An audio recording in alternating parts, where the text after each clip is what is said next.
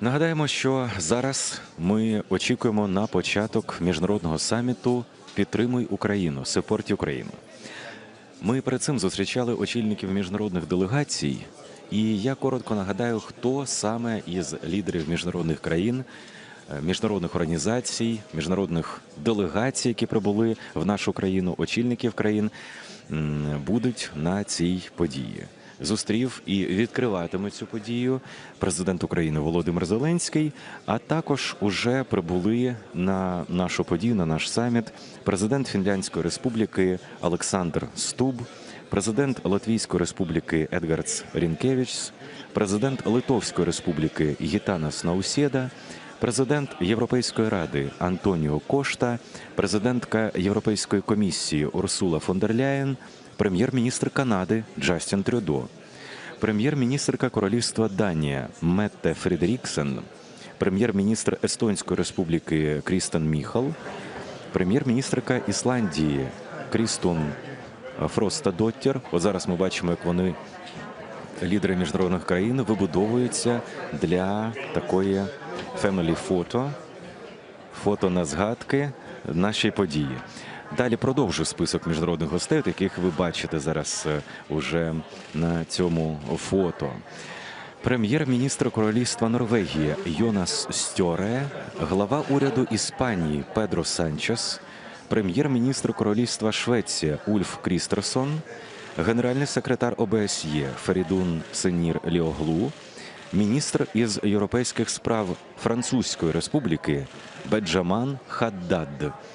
І зараз усі вони, лідери цих держав, організацій, міжнародних інституцій, щойно фотографувалися із президентом України безпосередньо перед входом на саміт.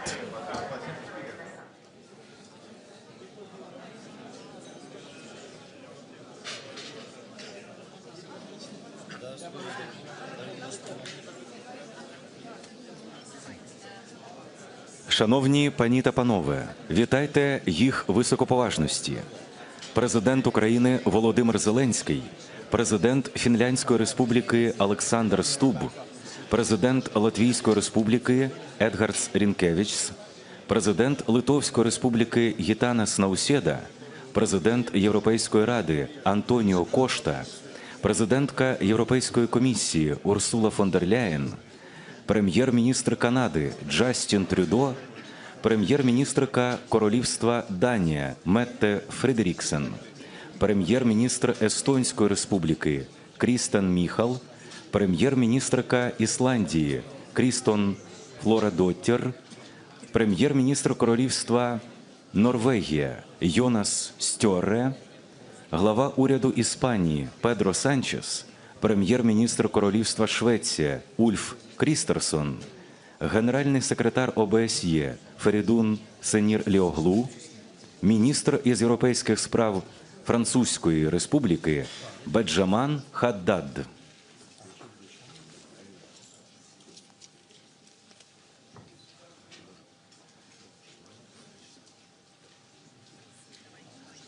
Пані та панове, вітаємо вас на саміті «Support Ukraine» – «Підтримуй Україну». Слово має президент України Володимир Зеленський. Окей. Дуже дякую, шановні учасники нашої зустрічі, шановні лідери, шановні наші друзі, народи країн, які підтримали нас в Україні, а отже, і своє власне право на незалежність. Сьогодні треті роковини від початку цієї війни. Сьогодні ви бачите нашу столицю, нашу країну, ви бачите наших людей. З лідерами, які прибули в Київ, ми почали цей день зі вшанування пам'яті наших воїнів, які віддали своє життя заради України. Лідери, які сьогодні з нами офлайн і онлайн, всі підтримують Україну, наш суверенітет, наш захист, нашу територіальну цілісність. Як і тоді, так і сьогодні ми всі знаємо, що це абсолютно неспровокована та злочинна війна Росії проти України, загарбницька війна. Як і тоді, так і сьогодні важливо це знання не приховувати і називати речі своїми іменами.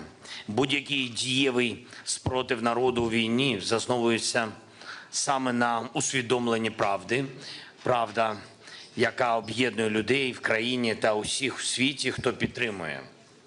Я дякую усім вам, шановні друзі, дякую вам за підтримку, дякую усім нашим людям в Україні, усім українцям вдячний, усім українцям в світі, які підтримали свою державу.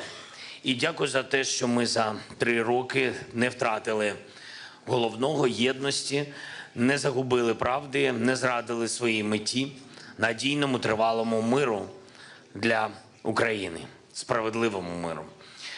В якій точці ми сьогодні? 24 лютого 2025 року, через 3 роки від початку путінської 3-денної спеціальної військової операції «Україна жива», бореться, і у нашої держави друзів у світі більше, ніж будь-коли.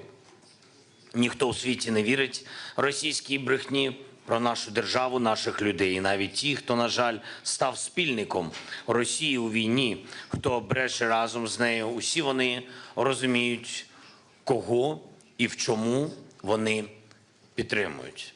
Вони можуть зробити різні кроки, вони можуть заробити якісь гроші на своїх відносинах з Росією зараз, але ніколи не здобудуть повагу. І наша повага зараз українців, українок, також мільйонів людей в цьому світі, наша повага усім вам і таким лідерам і народам, як ваші, які з нами від початку, які допомогли врятувати тисячі життів, які допомагають нам захищати наше небо та зберігати позиції на фронті, які розбудовують разом з нами виробництво зброї, щоб наповнити і наші, і свої арсенали, які прихистили українців, коли це було так потрібно, які не мовчать, а коли світ повинен чути, що відбувається, і які ми це дуже цінуємо, підтримують сильну дипломатію заради миру. Дорогі друзі, цей рік повинен стати роком початку реального надійного миру. Путін не подарує нам цей мир, не віддасть його в обмін на щось. Ми маємо здобути мир силою, мудрістю і єдністю, нашою з вами співпрацею. Про мир неможливо просто оголосити за 1 годину, неможливо оголосити за 1 день сьогодні, завтра, післязавтра. На жаль, така реальність. Якщо хтось спробує це зробити, і саме так, без будь-якої опори, це не спрацює, без будь-яких гарантій безпеки це не спрацює.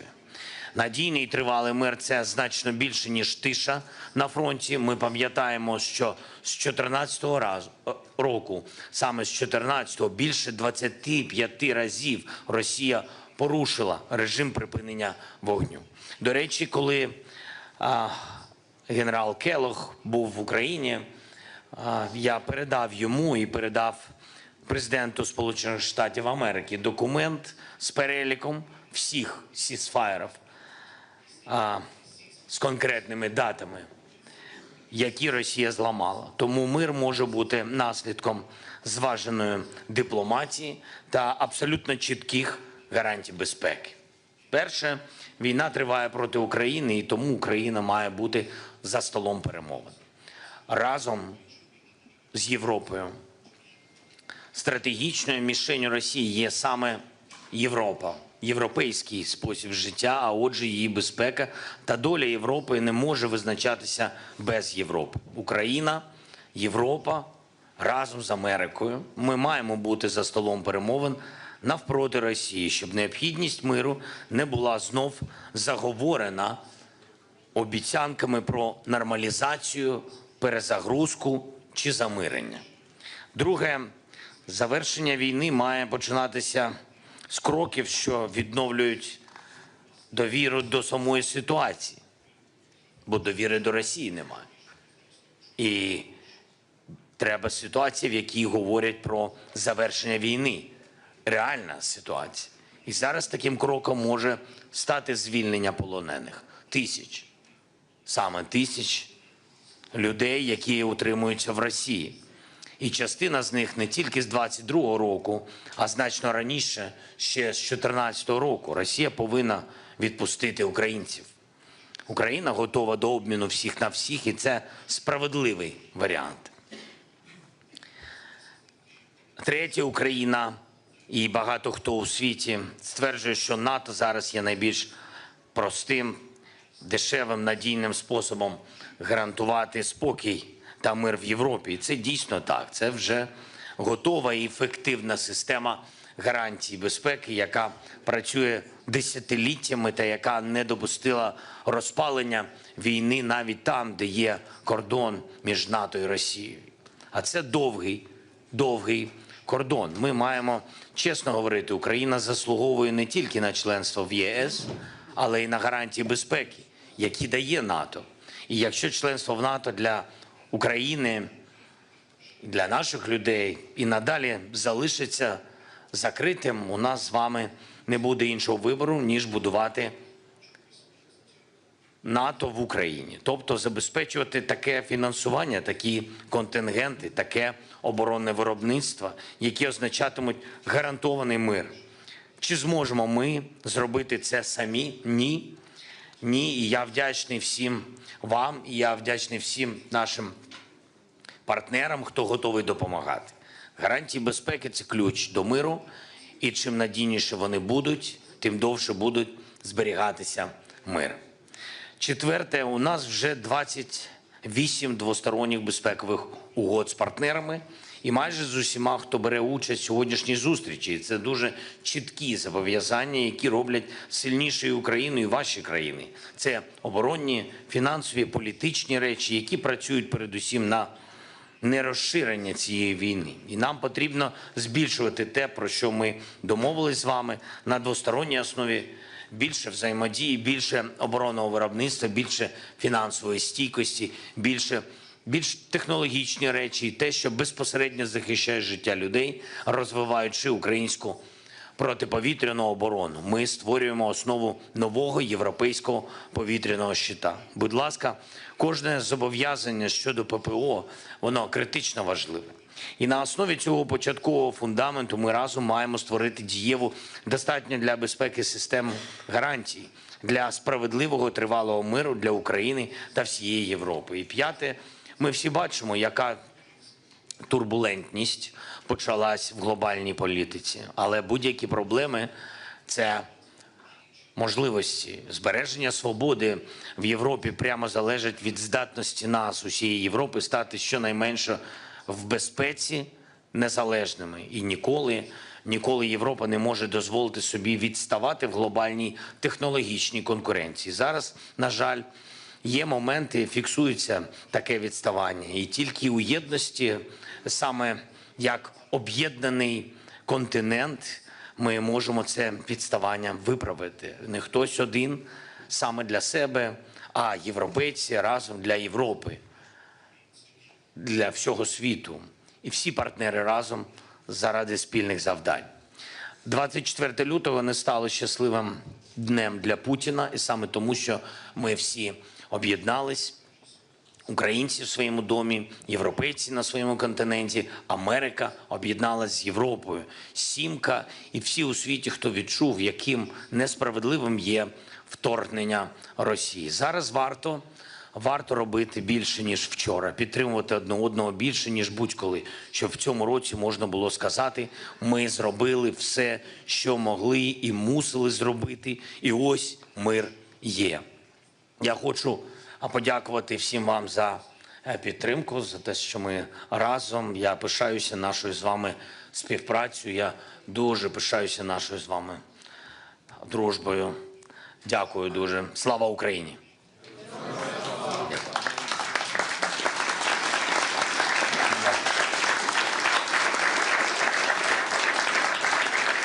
Пані та панове, модератор заходу. Президенте, шановні лідери, шановні учасники, для нас сьогодні велика честь вітати вас в Києві, столиці країни, яка воює в особливий день, треті роковини повномасштабного російського вторгнення на саміті «Підтримуй Україну».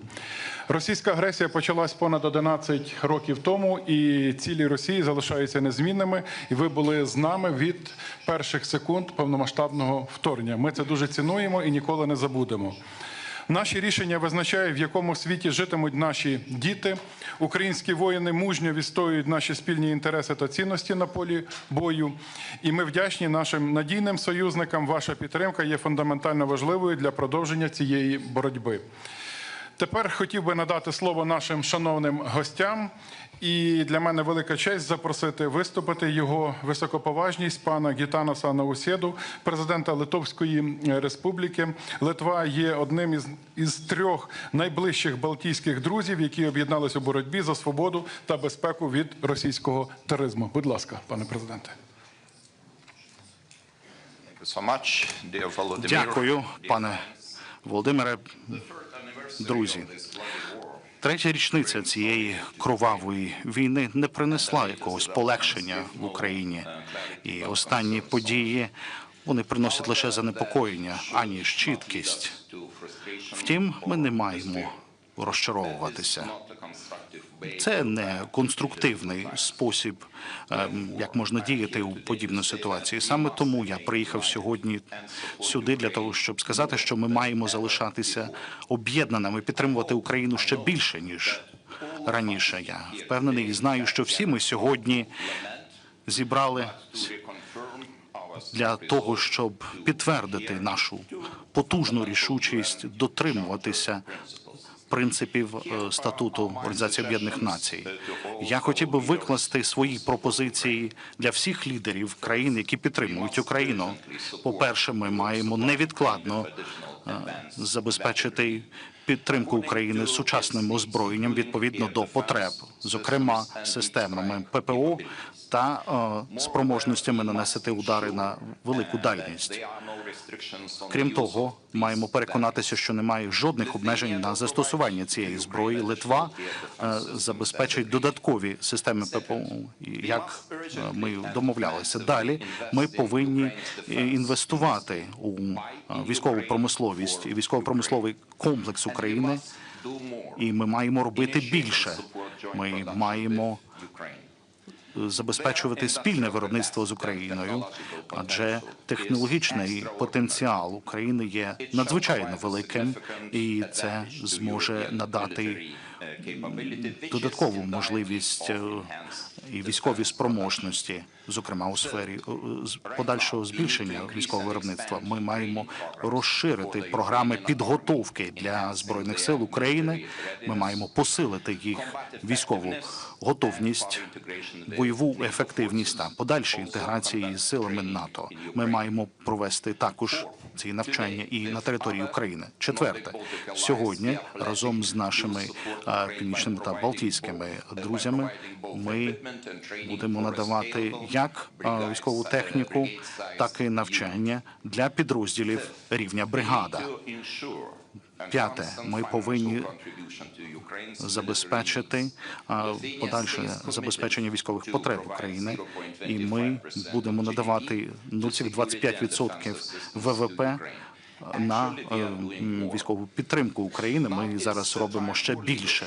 Зараз настав час лідерства. Ми, європейці, маємо взяти нашу відповідальність без жодної затримки, адже безпека Європи залежить від безпеки України. Саме тому дозвольте нам прискорити вступ України до Європейського Союзу. Я пропоную дату 1 січня 2030 року. І відкриття перших переговорів, першого кластеру можна зробити вже протягом кількох тижнів. Давайте зробимо шлях України до ЄС невідворотнім. І наостанок я хотів би зазначити, що Україна потребує справжні гарантії безпеки.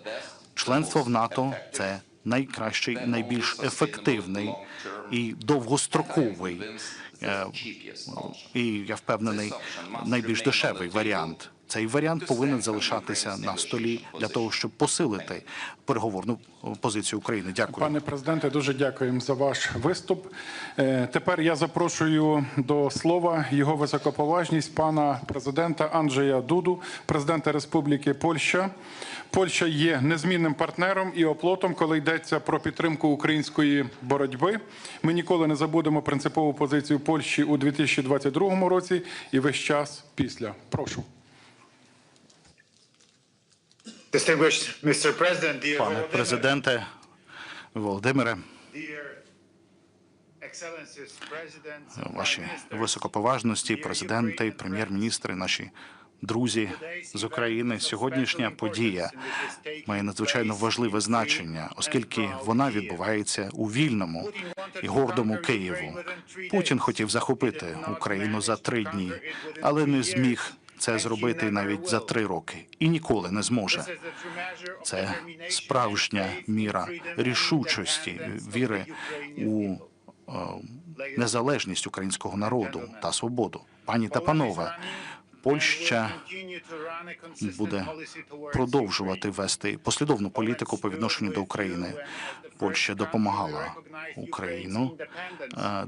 Ми були першою, хто визнав незалежність України в 91-му році. Ми вас підтримували під час помаранчевої революції. Ми допомагали Україні, коли президент Лех Качинський попереджав світ про можливе вторгнення Росії в 2008 році, коли російські танки йшли на Тбілісі. Я особисто відвідував Київ разом з президентом Науседою 23 лютого 2022 року. Буквально за кілька годин до початку повномасштабної агресії Росії для того, щоб висловити солідарність з Україною і для того, щоб продемонструвати польську допомогу у складні часи. Саме тому я хочу вас запевнити, що ви завжди можете розраховувати на Польщу і що ми ніколи не полишимо демократичну та незалежну Україну. І ми також продовжуватимемо послідовну політику по відношенню до Росії. Ми завжди попереджали про справжні наміри Кремля. Більше того, ми є серед тих країн, які відчули дух російського імперіалізму, і ми попереджали світ роками, до чого це зможе призвести. Більше того, ми попереджали Європу про збільшення залежності від енергоносіїв з Росії, бо ми чудово знали, що це лише ще один тип зброї, яка використовується Москвою. На жаль, ми виявилися правими. І хоча наш голос не був почутим, але цей свіжий досвід і пам'ятаючи про нашу спільну історію, ми в Польщі будемо продовжувати послідовно дотримуватися нашого підходу до Сполучених Штатів. Не буде кращого гарантора безпеки, ніж Північно-Атлантичний альянс. І з Сполученими Штатами як одного з цих ключових членів. Саме тому протягом свого перебування на посаді я постійно висловлювався за підвищення присутності Сполучених Штатів в Польщі та в Європі. Ми при цьому не забуваємо той факт, що не буде сильного НАТО без сильної Європи. Таким чином, як президент Польщі, я пропонував минулого року підвищити витрати на оборону принаймні до 3% ВВП усіма країнами-членами НАТО. В Польщі ми вже витрачаємо майже 5% ВВП, оскільки ми знаємо, наскільки важливою це є для нас, для нашої безпеки і для нашого регіону Європи. Лише військово потужна Європа може надати допомогу Україні і надати надійні безпекові гарантії. Пані та панове, в цей день, коли ми згадуємо про повномасштабне вторгнення Росії до України, я хочу наголосити, що всі ми тут хочемо миру. Але той мир, який ми намагаємося отримати, має бути справедливим, довготривалим і має основуватися на гарантіях безпеки. Більше того, Україна має бути представлена від самого початку офіційних переговорів. В іншому випадку недовготривалий мир швидко перейде у нову війну, можливо, навіть більш кроваву. Дякую.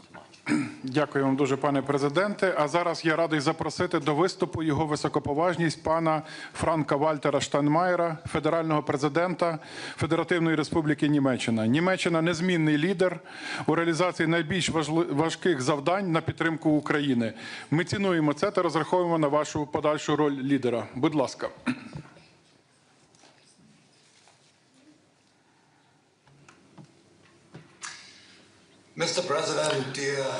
Пане президенте Володимире, пані та панове, дозвольте мені проголосити основний меседж від самого початку, тому що дуже важливо сказати, що моя країна, ми мали вибори вчора, і сьогодні ми бачимо, що є переважна більшість німців, які проголосували за демократію, за Європу, за Україну, яка боронить свою демократію. І, що є більш важливо, німці не забули, що сталося 3 роки тому. Ніхто з відкритими очима і з відкритим серцем не може заперечувати правду. Саме Росія розпочала цю війну. Саме Росія відправила танки на Україну 3 роки тому. Саме Росія хоче знищити Україну і загрожує вільній і демократичній Європі. Таким чином, шановні колеги, що відбувалося протягом останніх кількох тижнів? Росія, можливо, отримала якусь можливість щось передати Білому домі, але легітимності вона при цьому не отримувала. Нічого з того, що вона робила протиправного, не стало відповідним до закону. Ніщо не є забуто. Чи хтось може дійсно подумати, що якісь розмови чи заяви можуть якимось чином порушити нашу рішучість, щоб ми стали зробити неправильний вибір? Ні. Якраз останні кілька тижнів посилили нашу рішучість як європейців, більш ніж це було раніше. Ми маємо стояти за наші цінності і за Україну. Протягом 3 років народ України боровся за свою свободу кожного дня, кожної ночі. Ми повинні зробити все можливе, щоб мужність і пожертва українців не були просто так.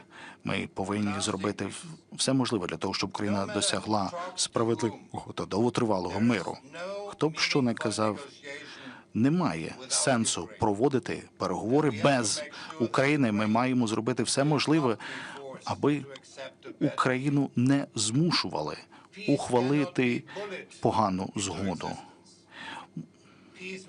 Мир необхідно виграти всіма нами разом. Це наша відповідальність. Якщо в нас стане бажання це робити, то в нас буде і сила це зробити. Європа вже стала найбільшим підтримником України, адже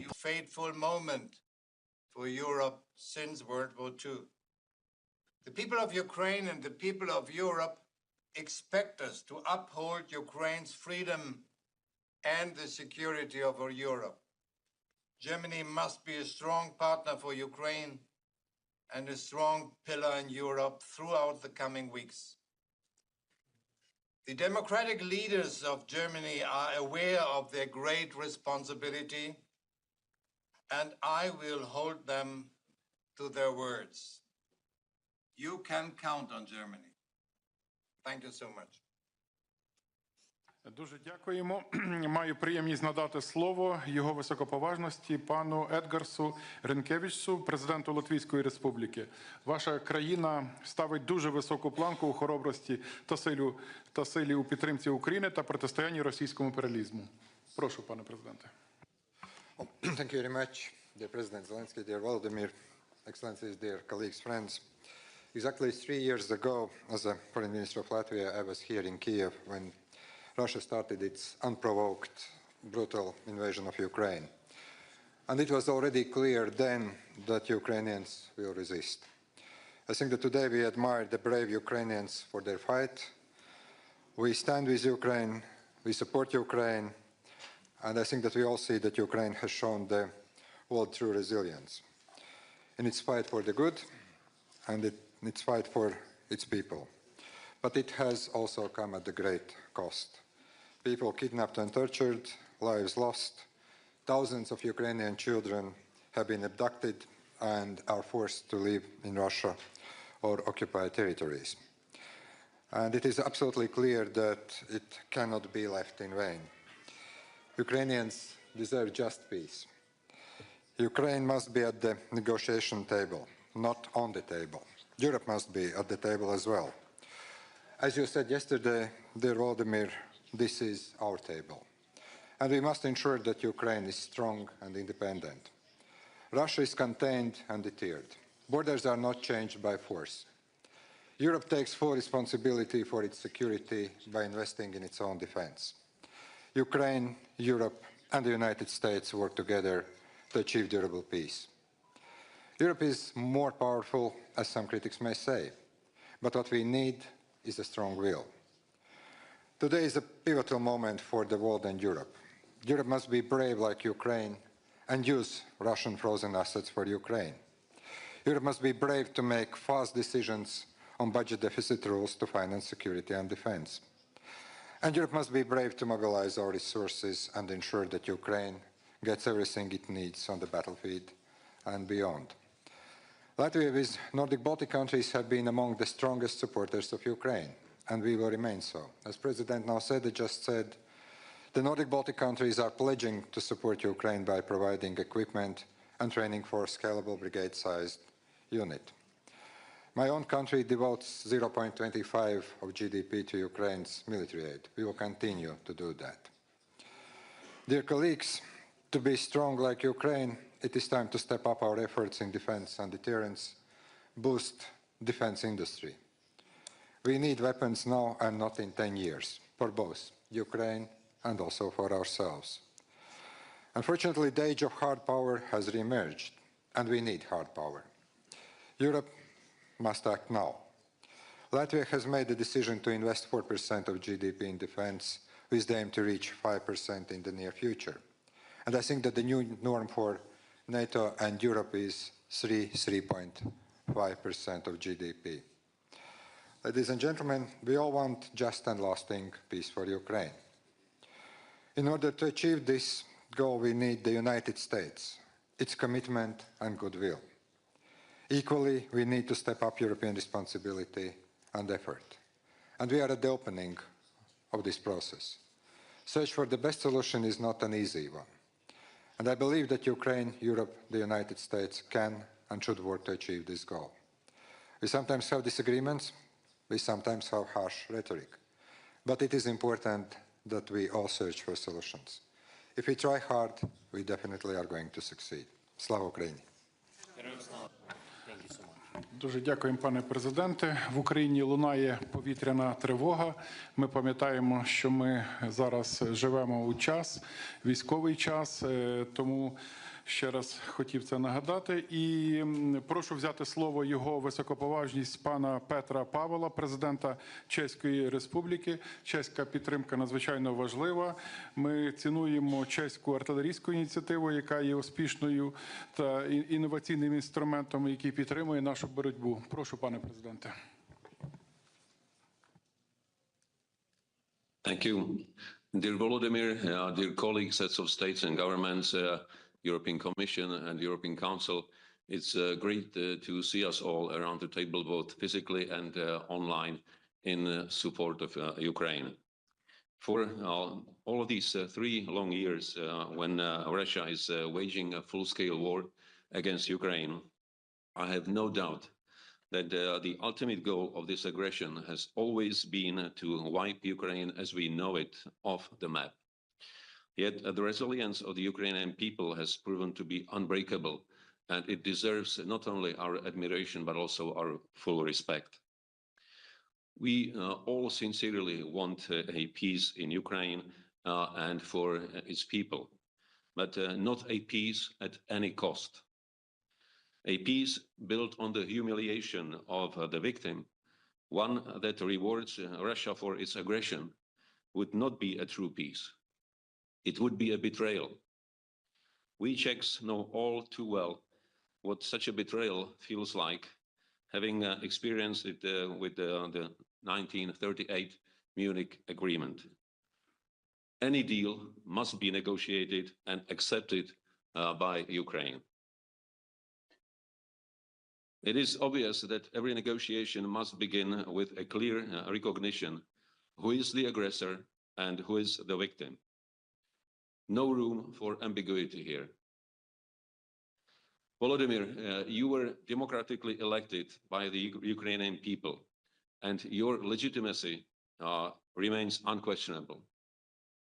As Ukraine is fighting every day for its survival, this is neither the moment nor it is practical or just to weaken leadership, but rather to ensure stability and resilience.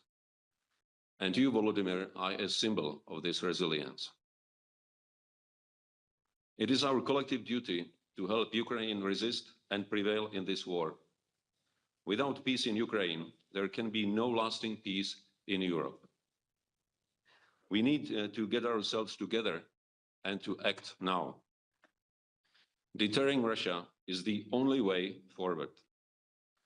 Today, I would like to stress 5 points. First, we must collectively continue helping Ukraine build up its own robust defense capabilities. And Czech companies are already contributing and will do its part in the future as well. Second, it is crucial to continue with military supplies to Ukraine. In this regard, the ammunition initiative and all other similar initiatives have proven effective. Third, I fully support the idea of a joint EU loan by providing arms to Ukraine and for further macroeconomic and further macroeconomic aid. Fourth, the process of Ukrainian accession to the EU and incorporating Ukraine into the European single market must accelerate. And fifth, we must ensure that Ukraine is in the strongest possible position for negotiation with the ultimate goal of a future NATO membership. Too much is at stake.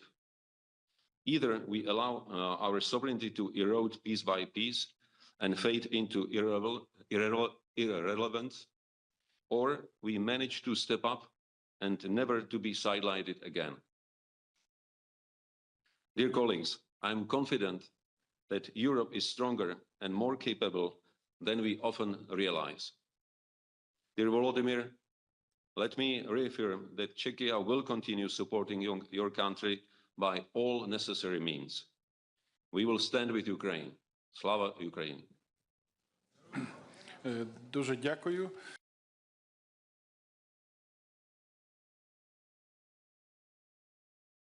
Важність пана Андрея Пленковича, прем'єр-міністра Республіки Хорватія. Ми надзвичайно цінуємо вашу незмінну підтримку і допомогу Хорватії. Дякую. Прошу. Thank you very much, Andriy. Dear President Zelensky, dear colleagues, both in Kyiv and in the capitals. First of all, let me greet you and extend once again Croatia's and my personal support and respect for Ukrainian people, Ukrainian soldiers, for Ukrainian leadership, and especially you, President, for having endured for the last 3 years the brutal Russian aggression and the invasion on your country, which is a repetition of more than 10 years ago. Ukrainians have shown incredible resilience. They have shown heroism. They have shown strong desire to defend its freedom, its territory, its land. But you have also demonstrated a strong message to the rest of the world that the violation of international law and the international order and the values that we all share and that the world has been functioning on over the past 8 decades is something that Ukrainians respect and want to live with. Croatia has been not only a historical friend of Ukraine and the Ukrainians, but one of those countries who has 30 years ago found itself in a similar situation, facing a stronger adversary, facing aggression, and facing occupation of its territories. How did we prevail and how did we overcome?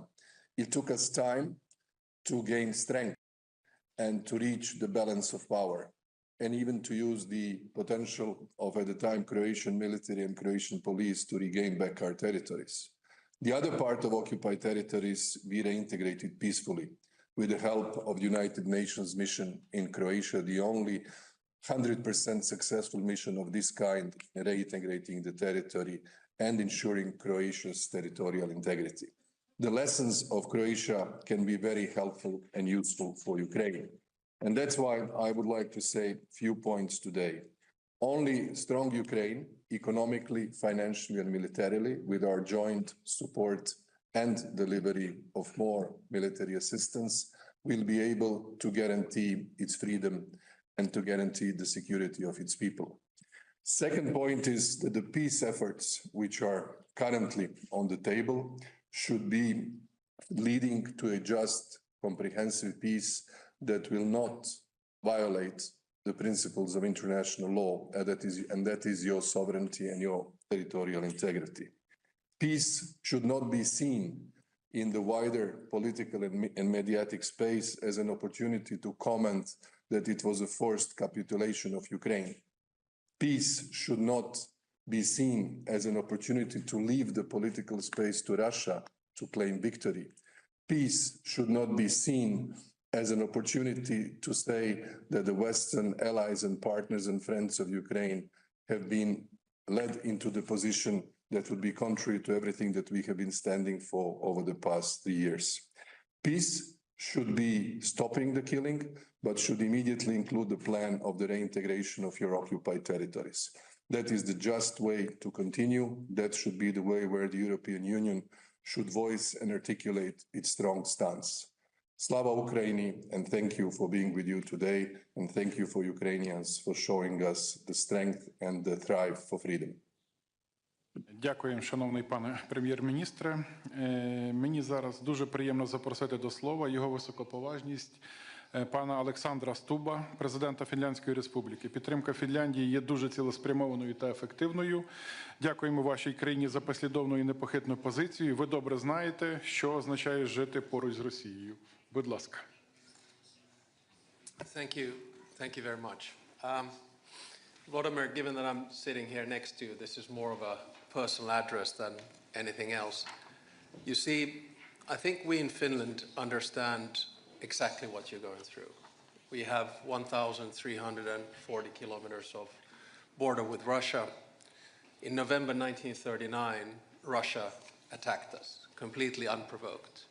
We fought 2 existential wars against Russia. The first one was the Winter War. It lasted only 105 days, and we were able to hold the line. The second one was the War of Continuation, which lasted pretty much 1,100 days. And that's what you've been going through right now. And essentially, for me, this war is about the existence of nationhood in Ukraine. And that nationhood is based on a triangle. And that triangle is something that we thought would be respected ever since the end of World War II. And that is independence, sovereignty, and territorial integrity. Now, in World War II, Finland had to accept a peace with Stalin. And I'm sure we're going to have to accept a peace with Putin. But the peace that we accepted had only one out of the 3 statehood principles in it: independence. We were the only country bordering the Soviet Union that was able to retain our true independence. But we lost our sovereignty. You know, we couldn't decide the clubs we wanted to join. We were able to join the EU only when the Soviet Union collapsed in 1995. And we lost 10% of our territory, including the areas where my grandparents were born and where my father was born. Now, the only reason I'm saying is this is that the support that you will see from the Finnish public, and I think from all around this table, is the support of identity and historical experience. Now, my big point is that there seems to be some misunderstanding about what is going on here. Russia obviously started this war, but remember that it started this acquisition of territory and spheres of interest already in 2008 by attacking Georgia, and then in 2014 by annexing the Crimean Peninsula. And then at the end of the day, we are now here to commemorate the 3rd anniversary of the beginning of the full-scale war, but the war has been going on for pretty much 11 years, ever since 2014. And a lot of people don't understand that this is not only about Ukraine, but this is also about Europe. This is also about the United States. This is also about international law. And at the end of the day, it's about the world order. So if we now allow Russia to do what it wants to do, in other words, stop the existence of a Ukrainian state, then it's not only Ukraine that has lost, it's Europe that's lost, it's the West that has lost, and also the United States that has lost. And for those who doubt about this, let me say one thing very clearly. You cannot trust Putin. You cannot make a deal with Putin, because that means basically a deal also with China. I also say that for those who doubt, the only way in which Ukraine is going to fully win this war is that we continue the support that we have given you from the beginning. And I also say that if Russia gets what it wants now, trust me, it's not going to stop with Ukraine. We know that Putin will continue because his mind is one of imperialism and spheres of interest. So self-evidently, Finland will continue to support Ukraine for as long as it takes. We're the 5th biggest donor, GDP per capita. Let me finish off, however, by saying that I think in the past 2 weeks, we've been sort of a little bit lost.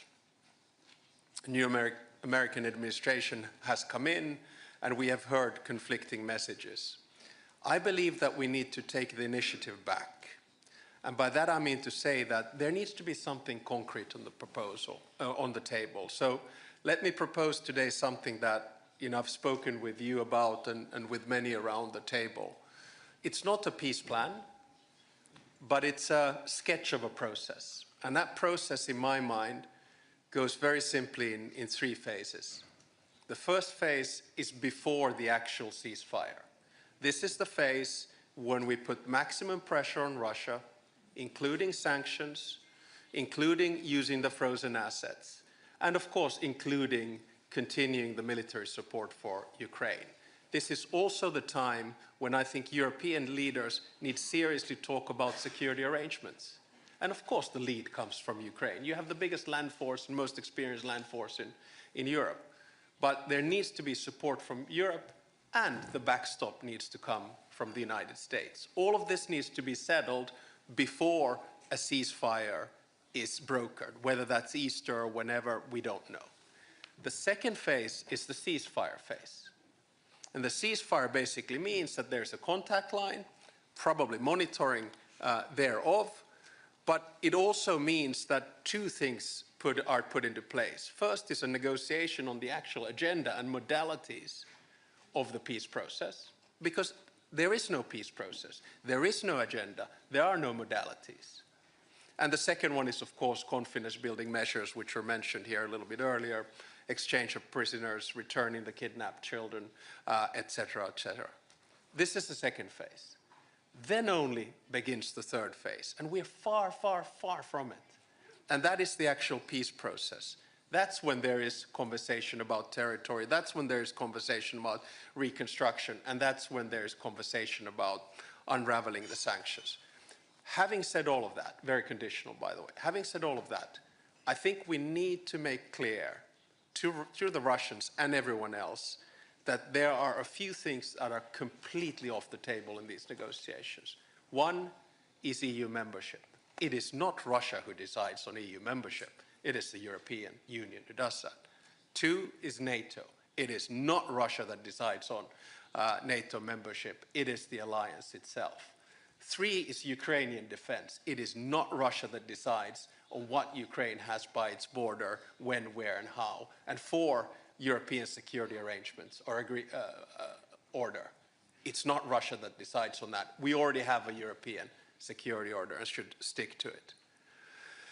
So those are off the table. And let me just finish off, because I do think this is such an important day, and I was watching all the colleagues on Maidan Square and the rest of it. But I do think this is a day when we have to honor the fallen Ukrainian heroes. I also believe that this is a day where we have to face the fact that Putin has lost this war, in a sense that we will see a European Ukraine.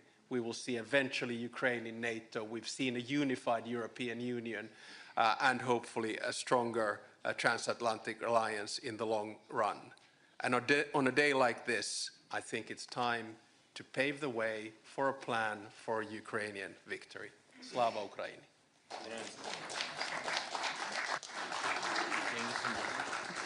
Дякуємо, пане президенте. А зараз я радий запросити до виступу його високоповажність пана Діка Схоофа, прем'єр-міністра Королівства Нідерланди. Нідерланди є важливим партнером України. Ваше лідерство поза конкуренцією, особливо важливим є ваш внесок у підвищення безпеки нашого неба. Прошу, пане прем'єр-міністре.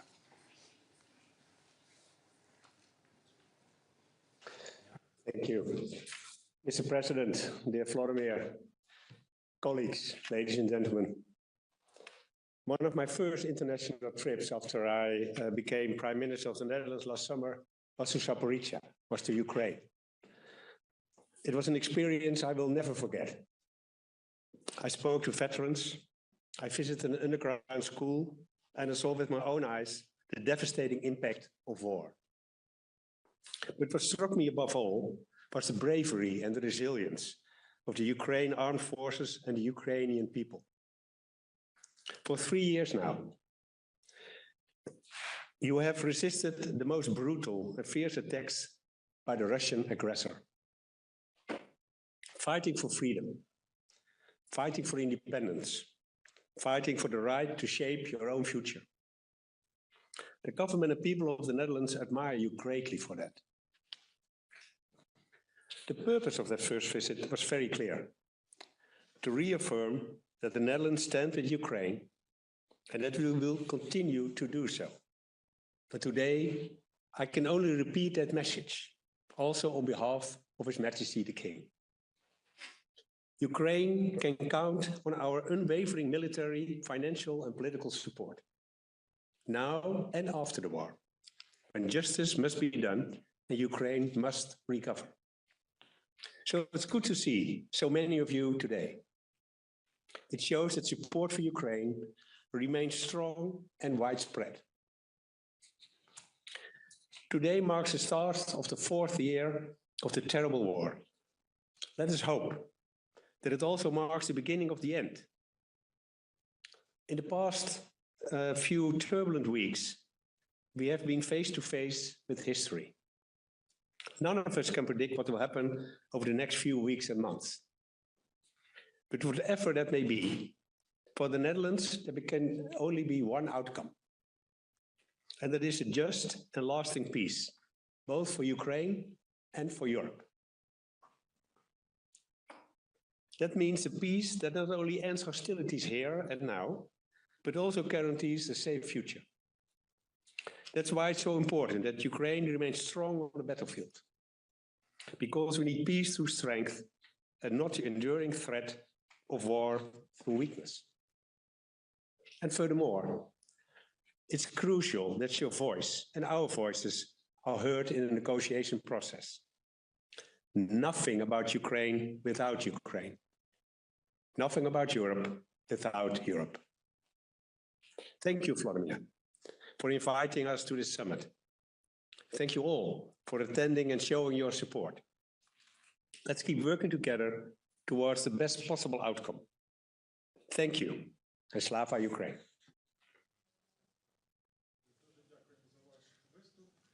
І мені дуже приємно запросити до слова його високоповажність пана Джастіна Трюдо, прем'єр-міністра Канади. Канада займає особливе місце в серцях українців.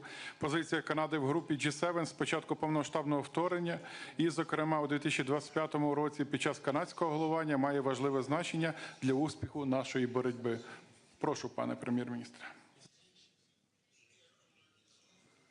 Bonjour, mes chers amis. Good morning, everyone. Thank you to my fellow leaders for your timely and salient remarks. And above all, thank you, Volodymyr, for hosting today's summit and for your courageous leadership as the duly elected democratic leader of this great nation. Since the start of Russia's full-scale illegal war of aggression 3 years ago, you've shown remarkable personal bravery, resilience, and resolve, a defiant spirit mirrored by the unbreakable Ukrainian people. You continue to inspire me and tens of millions of my fellow citizens back home in Canada. But let us be frank, you and the Ukrainian people should never have had to endure even a single day of this unjustified, brutal war, let alone 1,096 of them, or more accurately, over 4,000 of them since Russia illegally seized Crimea back in 2014. This is not a conflict Ukraine wanted, provoked, or asked for in any way. This is a war started for one reason and one reason only: Russia's desire to erase Ukrainian history and expand their empire. Russia's actions are nothing short of a direct attack against the rules-based international order, an order established in response to the most destructive war in our collective history, a war etched in the memory of the citizens of all of our respective nations for the past 80 years. An order which, albeit imperfect, ushered in the most peaceful and prosperous era in the history of humanity. We cannot go back. We cannot return to an era where might makes right. We must do everything in our power to enable Ukraine to secure a just and lasting peace, a peace that cannot be achieved without Ukrainians at the table. That is precisely what Canada is focused on. Canada has been a steadfast, unshakable partner to Ukraine since the beginning, and that will never, ever change. Le Canada est fier du travail qu'on a accompli avec vous tous autour de cette table pour faire que la Russie paye le prix de cette invasion inhumaine, que ce soit avec des sanctions ou en offrant aux Ukrainiens de l'aide humanitaire, financière et militaire dont ils ont besoin pour se défendre et faire obstacle au régime russe. But I know, we all know, there is more work to do. That is why I am announcing Canada will be providing 25 more LAV-3 infantry fighting vehicles to Ukraine. We will be delivering 2 armored combat support vehicles which Ukrainian forces will be trained on shortly in Germany. Landing systems for F-16s were delivered just 2 months ago, and 4 F-16 flight simulators will be provided in the coming months. And that's on top of the millions of additional rounds of ammunition, components for drone cameras, and first aid kits. We're also dispersing the first installment of the $5 billion in assistance to Ukraine funded through revenues from frozen Russian assets, along with providing a grant to help Ukraine maintain its energy security in the wake of consistent, reckless attacks by Russia on Ukrainian energy infrastructure. Throughout all this, we need to keep in mind the size of the human cost of the Russian aggression for the past 3 years. Ukrainians who've lost their lives fighting courageously for their land, children taken from their families and homes and communities, which is a disgusting war crime, and violence subjected to prisoners of war taken by Russia.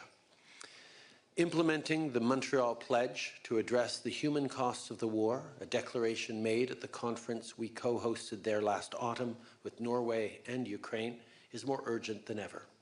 We will continue to work with Ukrainian forces through Operation Unifier, which has already trained tens of thousands of Ukrainian soldiers. And once a just peace is secured, Canada stands at the ready to work with our partners around the world to provide Ukraine the security it needs for the peace to last, allowing it to recover, rebuild, and prosper.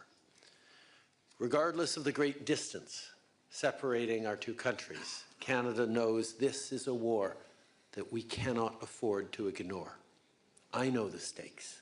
Canadians know the stakes. All of you around this table know the stakes. And most of all, Ukrainians know the stakes.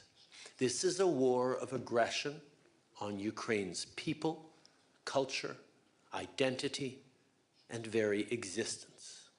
But it's also a war on our way of life.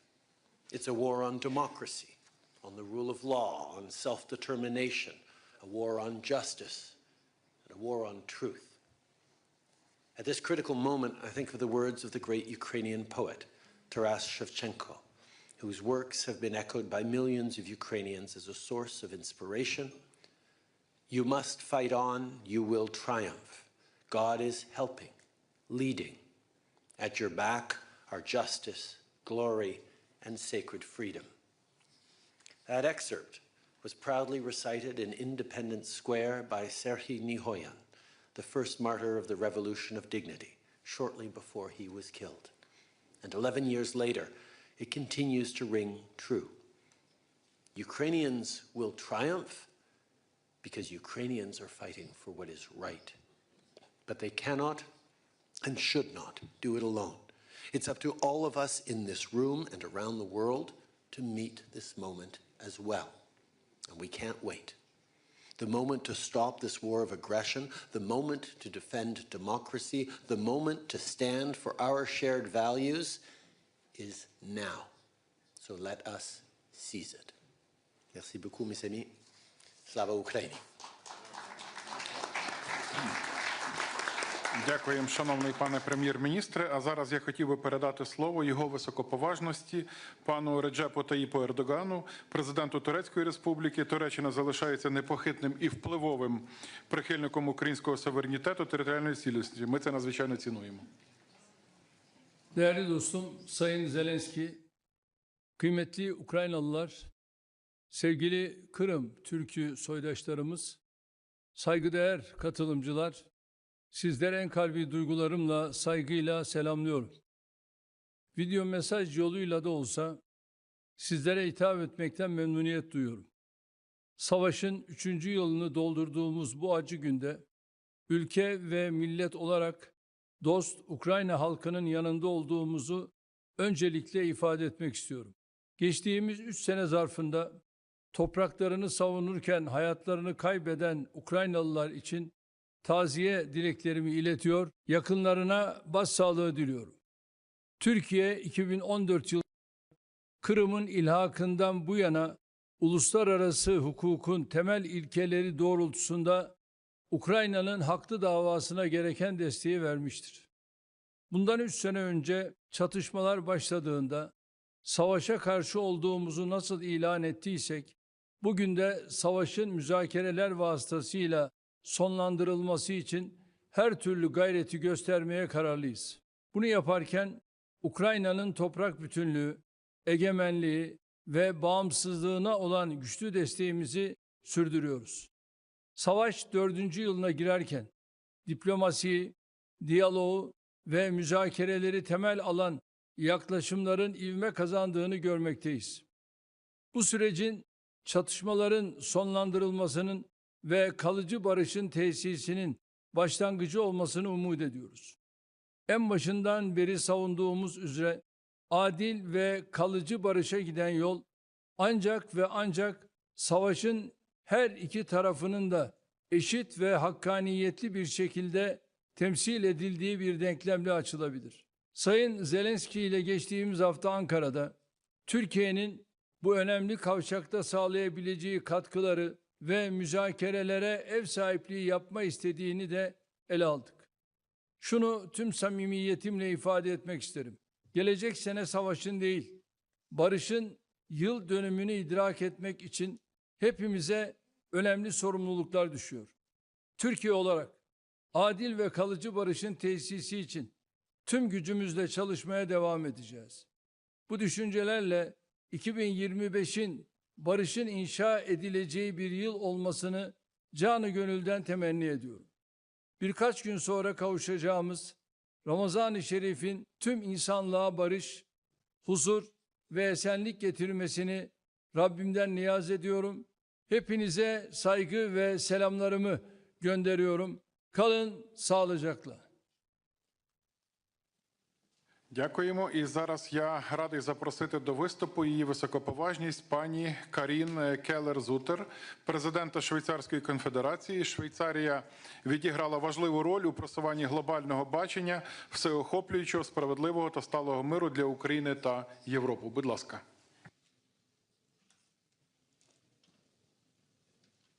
Thank you so much, Mr. President, Excellencies, ladies and gentlemen. On behalf of Switzerland, I would like to thank you for the invitation to this summit.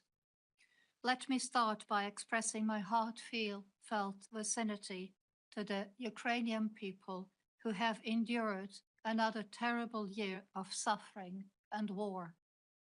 For the last 3 years, Switzerland has been calling on Russia to immediately cease all hostilities and withdraw its troops from the territory of Ukraine. And we reiterate this call today.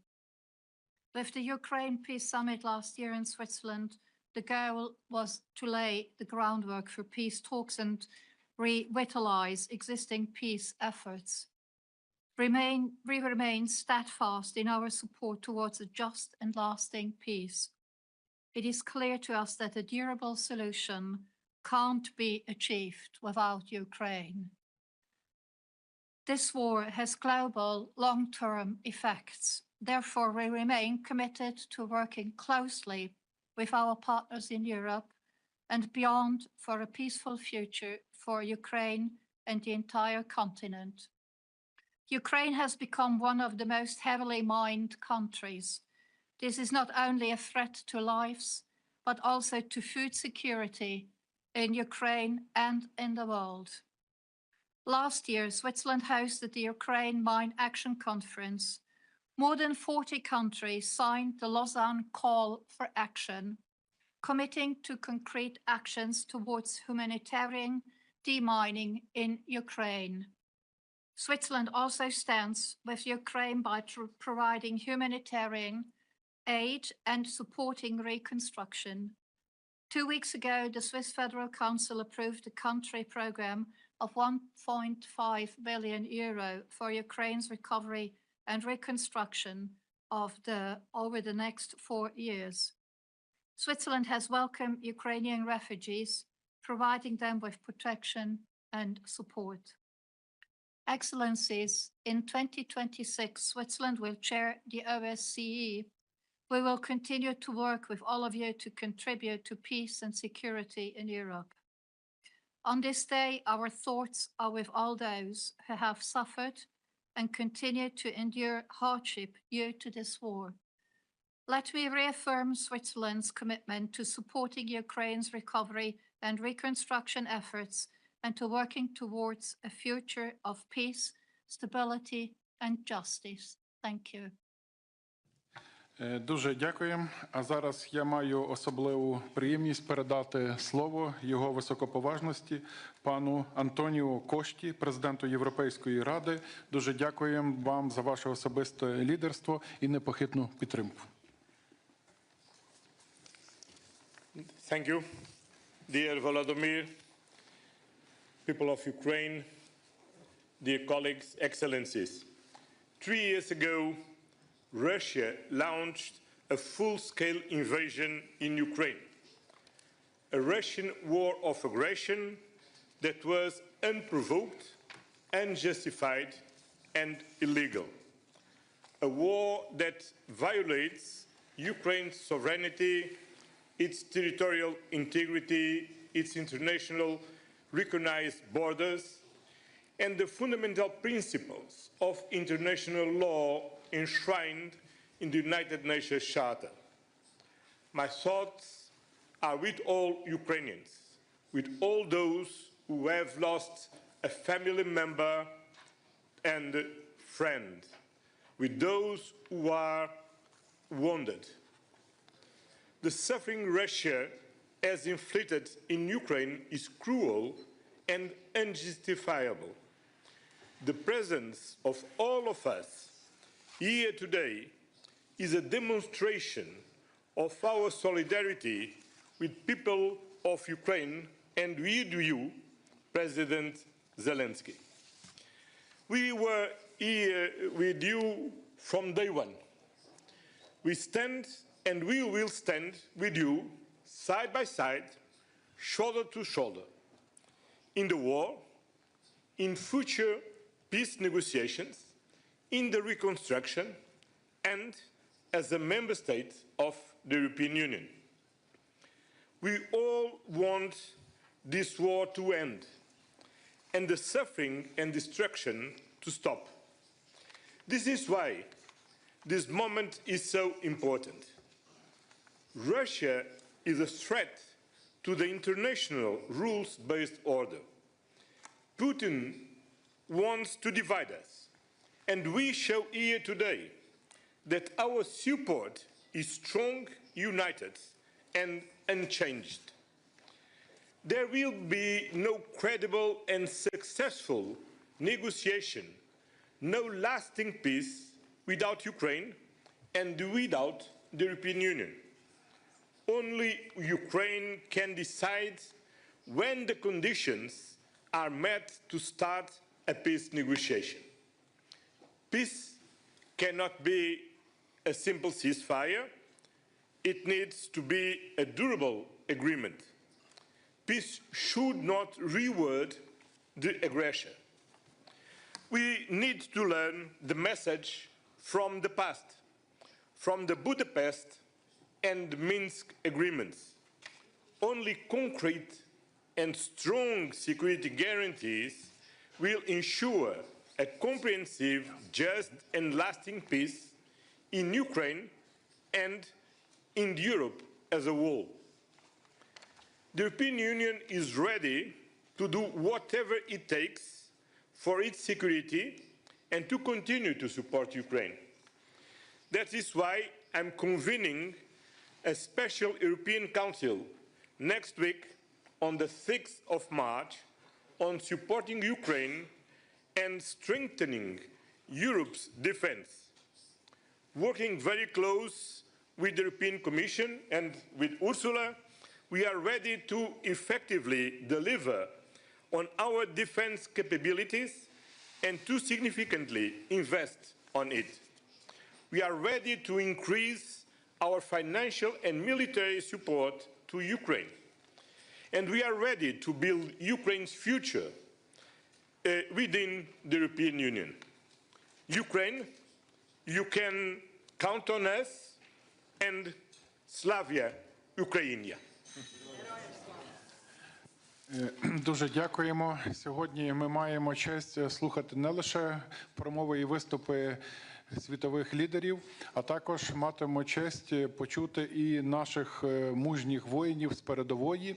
І зараз для мене особливо приємно і почесно надати слово відважним воїнам 93-ї окремої механізованої бригади «Холодний Яр», які боронять нашу батьківщину на Покровському напрямку. Головний сержант батальйон безпілотних систем Денис Кардаш. Прошу до слова. Вітаю всіх, слава Україні! Сьогодні до 11-ї річниці початку агресії на території України Російської Федерації і до 3-ї річниці великого наступу повномасштабної війни Росії з Україною. Хотілося б подякувати всім європейським лідерам та країнам, які нас підтримують у цій війні, йдуть разом з нами до перемоги. Зараз ми бійці 93-ї бригади батальйону безпілотних систем Black Raven знаходимося на бойових позиціях, виконуємо бойові завдання на найгарячіших напрямках нашої країни. Це Покровський напрямок, це напрямок Бахмутський. Наші підрозділи виконують завдання з прикриття неба, знищення ворога і підтримки нашої піхоти на всіх цих напрямках. Лише протягом останніх днів наша бригада відбила десятки атак агресора, які хотіли захопити нашу вільну Україну. Нашим батальйоном безпосередньо за ці декілька днів було знищено біля 30 єдиниць техніки та засобів ураження, які агресор кожен день застосовує в нашу сторону. І близько 50 окупантів було знищено на наших напрямках за ці 2 дні. Лише чимало, я знаю також, що чимало країн є, які нам допомагають, пройшли через такий ж самий агресію зі сторони Росії і знають, що це таке, як це відбувається. Хочу нагадати всім, хто може не до кінця розуміє, що це таке, що війна, вона приходить несподівано і ніхто до неї ніколи не готується. І це дуже погано. Чи важко нам зараз тут? Важко. Неймовірно важко. Чи хочемо, чи втомилися ми від війни? Втомилися. Так, але це битва за нашу незалежність. Це битва за наших рідних. Це битва за нашу сім'ю і за нашу країну і за нашу націю. Якщо ми програємо цю битву, то в нас цього всього не буде. Не буде майбутнього у наших родин і наших дітей. Хочу подякувати всім странам, які підтримують нас, всім народам, людям, які підтримують нашу боротьбу.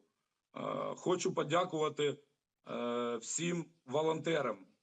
Це українські волонтери, це наші люди, це волонтери інших стран, які допомагають сильно, допомагають і реагують дуже швидко, тому що війна йде кожен день і вона дуже жорстока. Хочу подякувати всім воїнам, які зараз захищають нашу країну. Це воїни, як українські, так і іностранні воїни, які приїхали допомогти нам стати вільними. Дякую всім. Слава Україні, слава нації і вічна пам'ять всім загиблим героям, які захищали нашу страну від російської агресії. Дякую.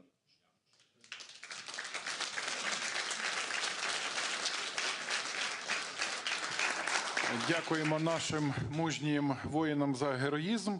І зараз маю честь запросити до виступу його високоповажність пана Еді Раму, прем'єр-міністра Республіки Албанія. Цінуємо непохитну і дієву підтримку вашої країни і ваше лідерство. Дякуємо. Thank you very much, and thank you for especially including me and Albania here. I'm aware that I am the tallest of all of you, but I represent a country that is maybe irrelevant in this state when it comes to manpower and when it comes to military power and all this. I cannot but fully agree with everything that was said, and I don't want to waste anyone's time by repeating the fundamentals that all the friends and the colleagues around the table have underlined. However, I cannot prevent myself to raise a question because it seems to me, following the whole meeting, that nothing has happened. It seems to me that this meeting is like a registration of a meeting 3 months ago, or a year ago, or 2 years ago. But I'm not sure that is the case, and I think that something important has happened, as you all know. And the question is how Ukraine will be supported efficiently, and how much we can be, all of us. But again, I apologize because I know that here it's about EU first, it's about other big countries, and not about Albania, but how Europe as a continent can be efficient in protecting itself and in making the best out of something that is going on, a negotiation between Russia and the United States.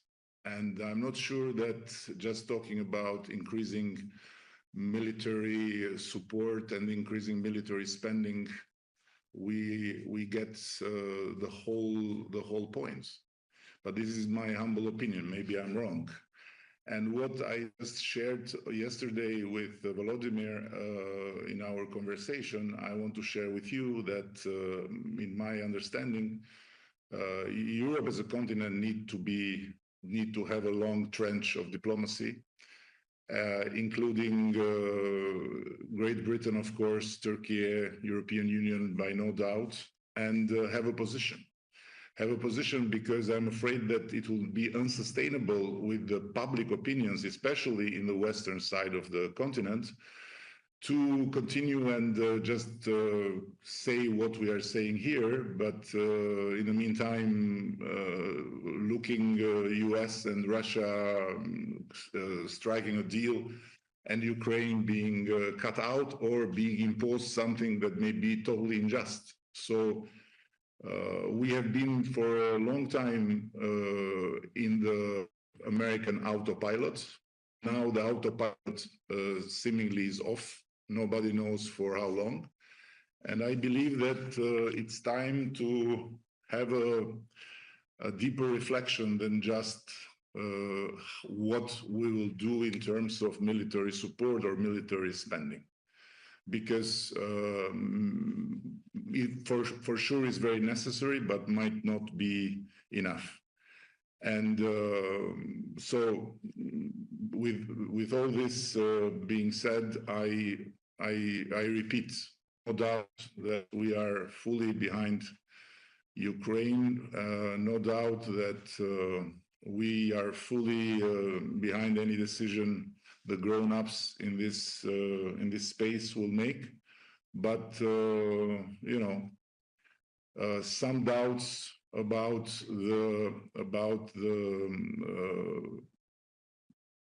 the fact that here we are talking just about half of the story and not of the other half, and we are dealing just about half of the problem, which is the military side, and not the other half, which is the politics and the diplomacy of it, has to be shared. And I apologize again.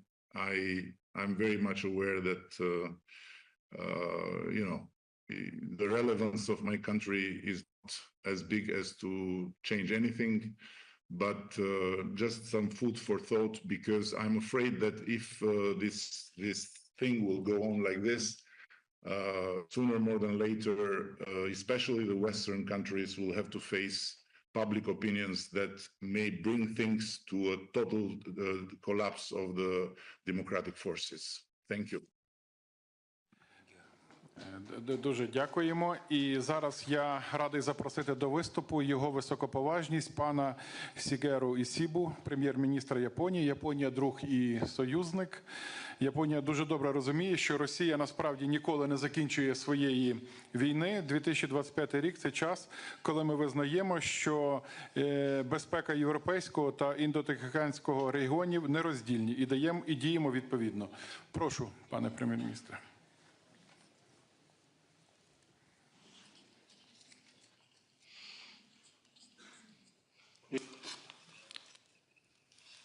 I am Ishiba Shigeru, the Prime Minister of Japan.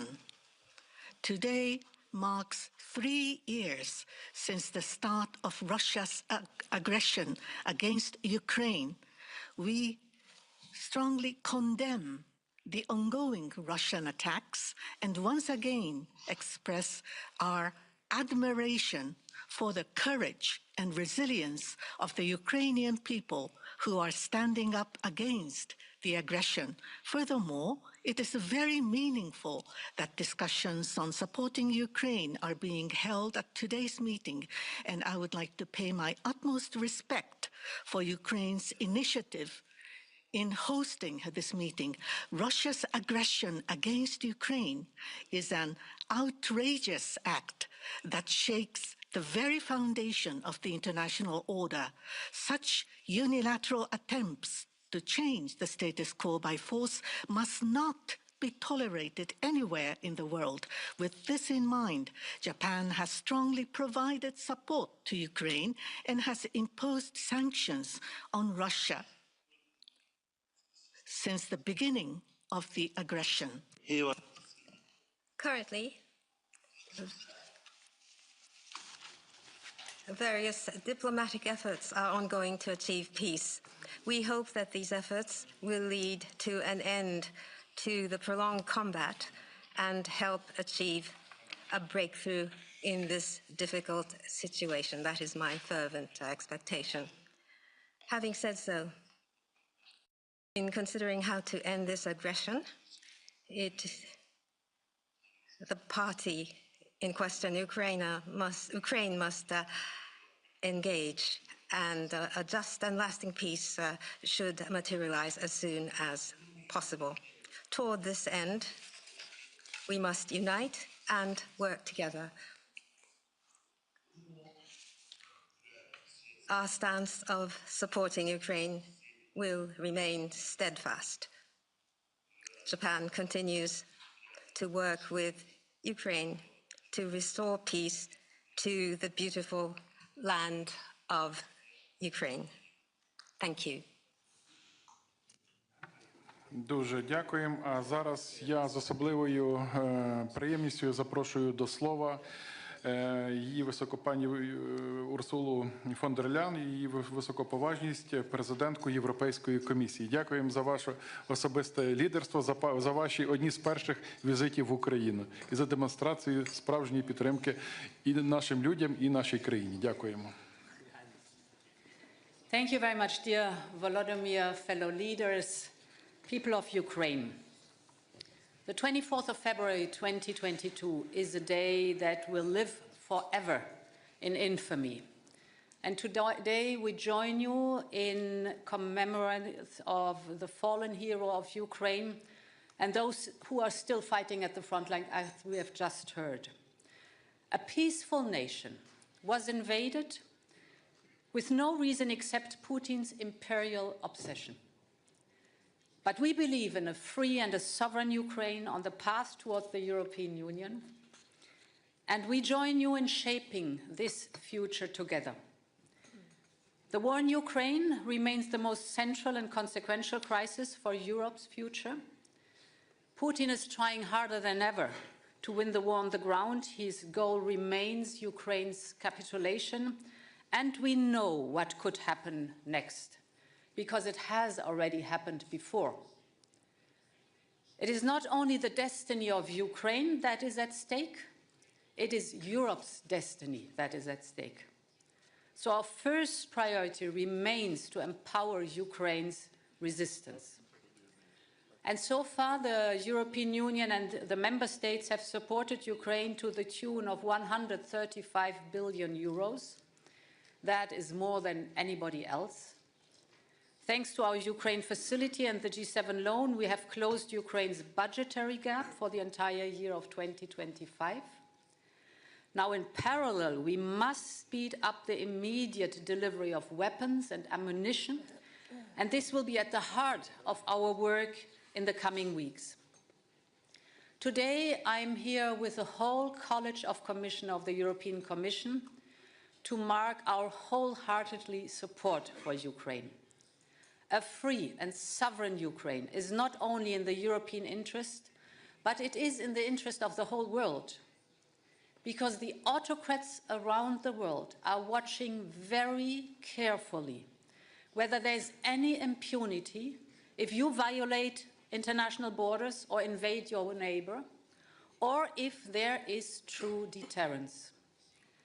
This is not only paramount for Europe, it is also important for Asia, for Africa, and for both sides of the Atlantic.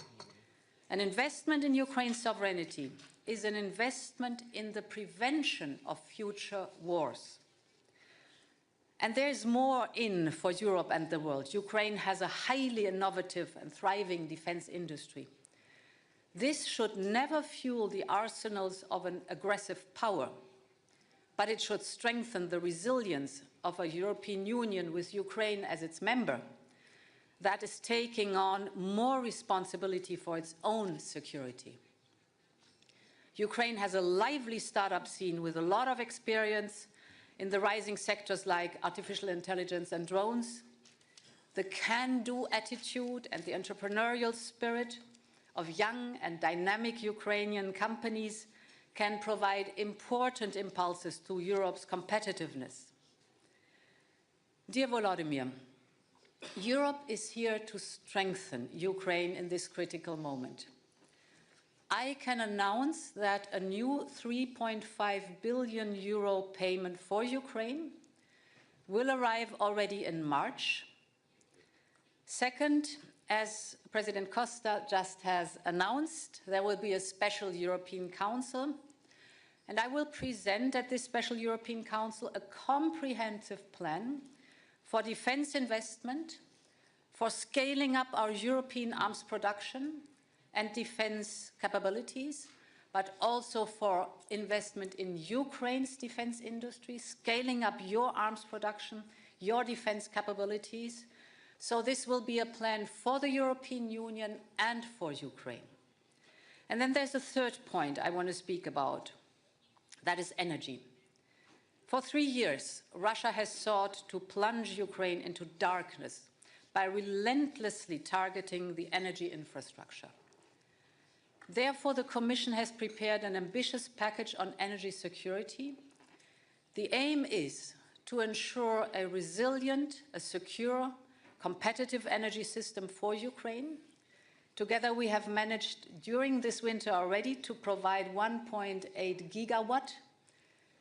But now we will fully integrate Ukraine's and Moldova's electricity market in our own electricity market by the end of next year.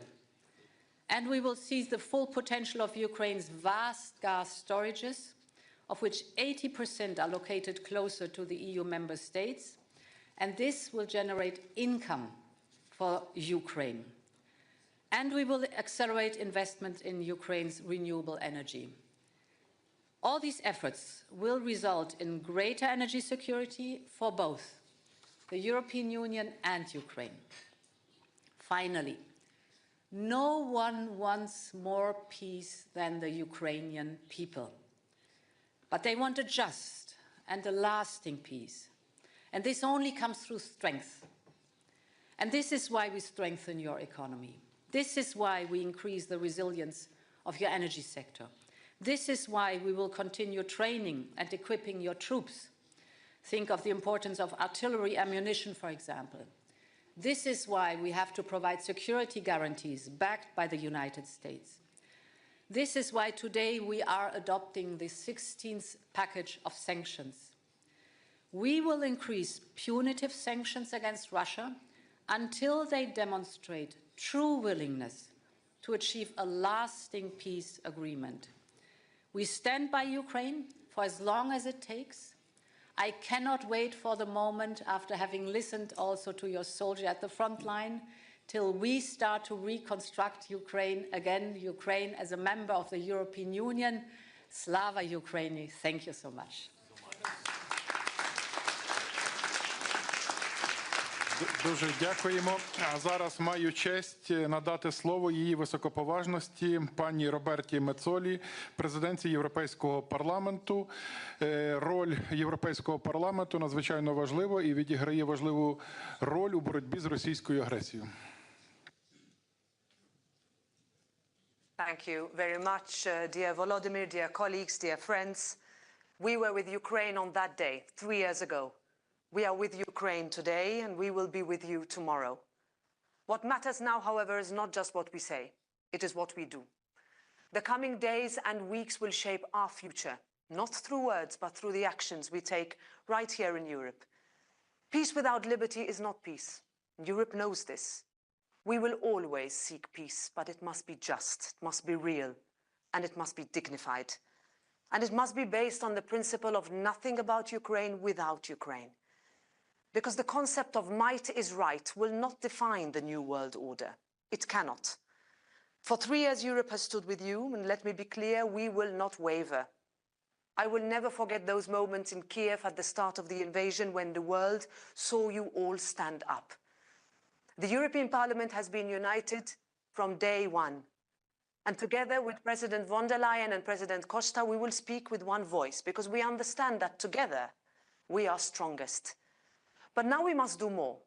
Ukraine must be in a position of strength, because that is the only path to real peace and liberty. That means Europe must step up without delay, militarily, financially, as we've just heard, and diplomatically.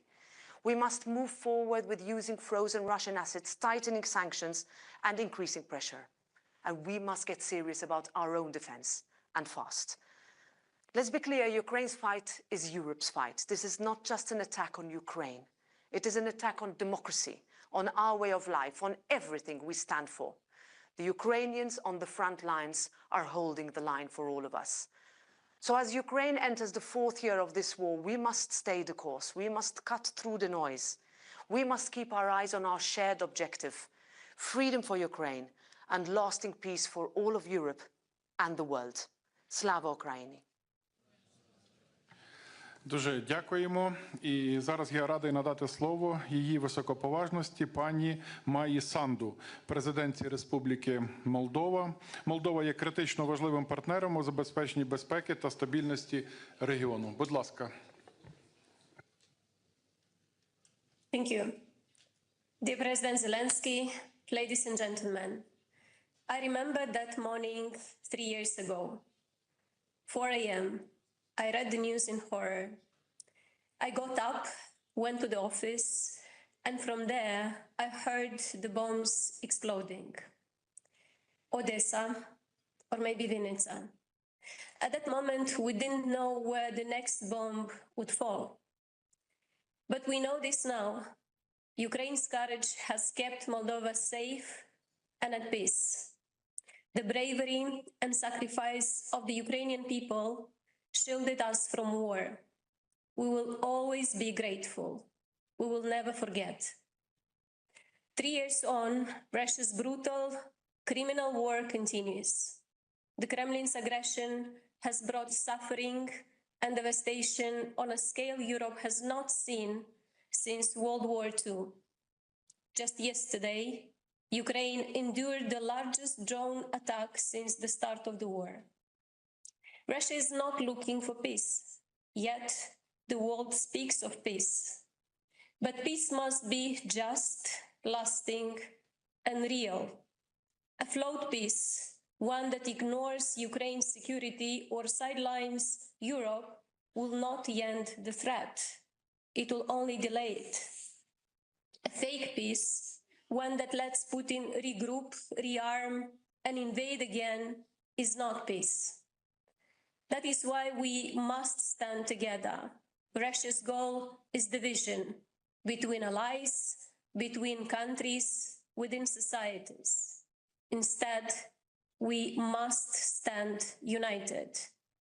Security guarantees are key to making sure history does not repeat itself, that Putin can never deceive the world again, that Russia will no longer bring death to other nations.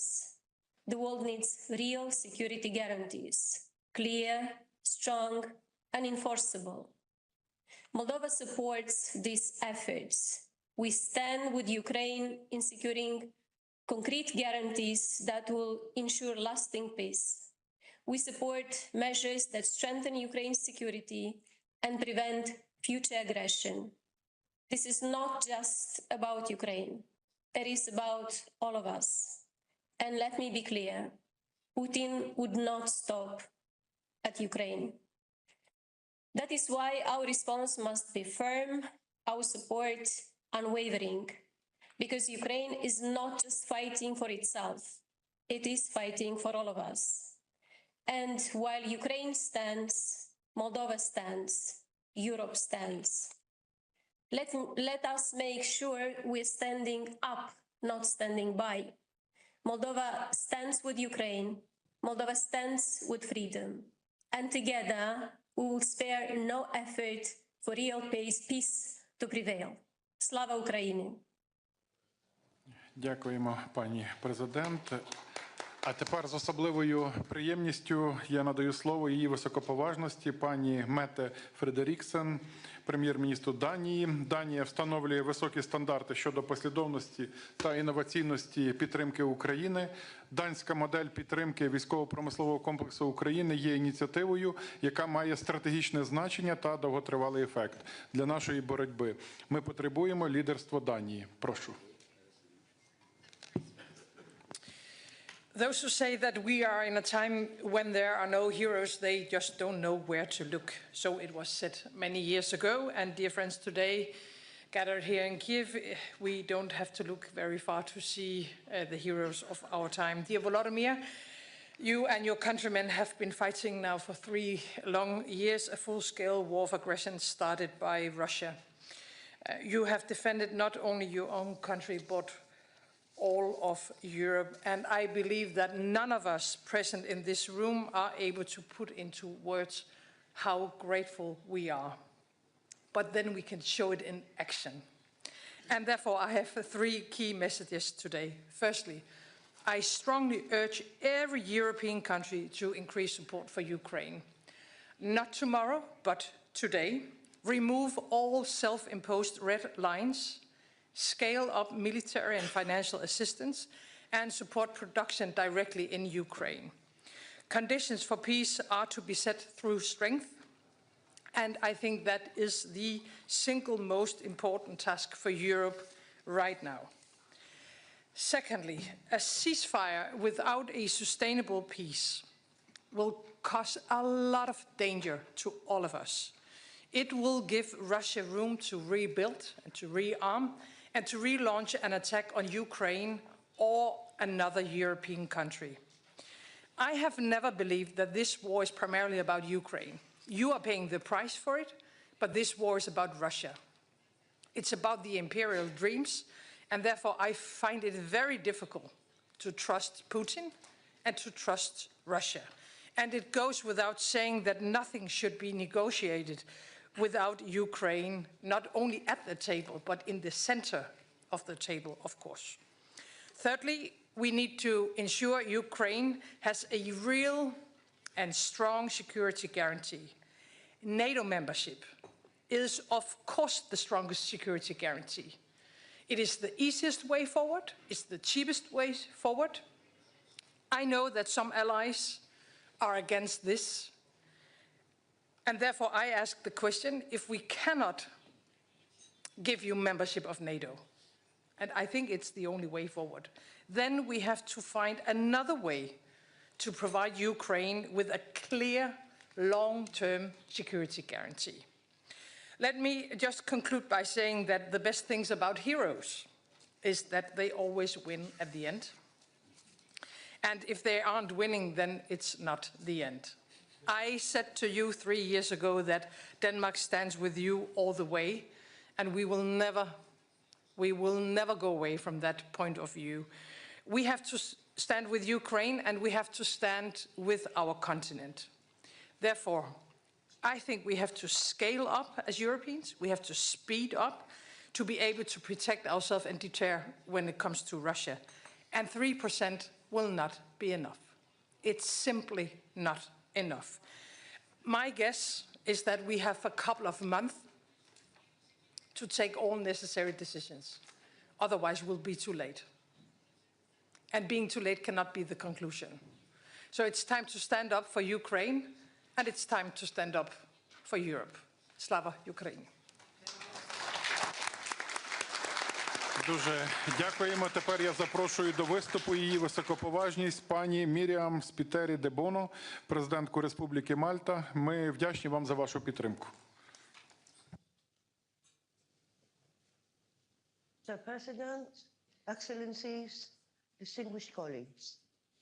Today we gather to mark 3 years since Russia launched its war of aggression against Ukraine, in violation of international law and the principles enshrined in the United Nations Charter. On this occasion, we remember the countless civilians affected, especially the most vulnerable, women, children, and the elderly. Since then, Ukraine has stood firm, demonstrating remarkable courage and resilience in the face of aggression. The time has come for this war to stop, and for the international community to stand firm in defending the principles of the United Nations Charter.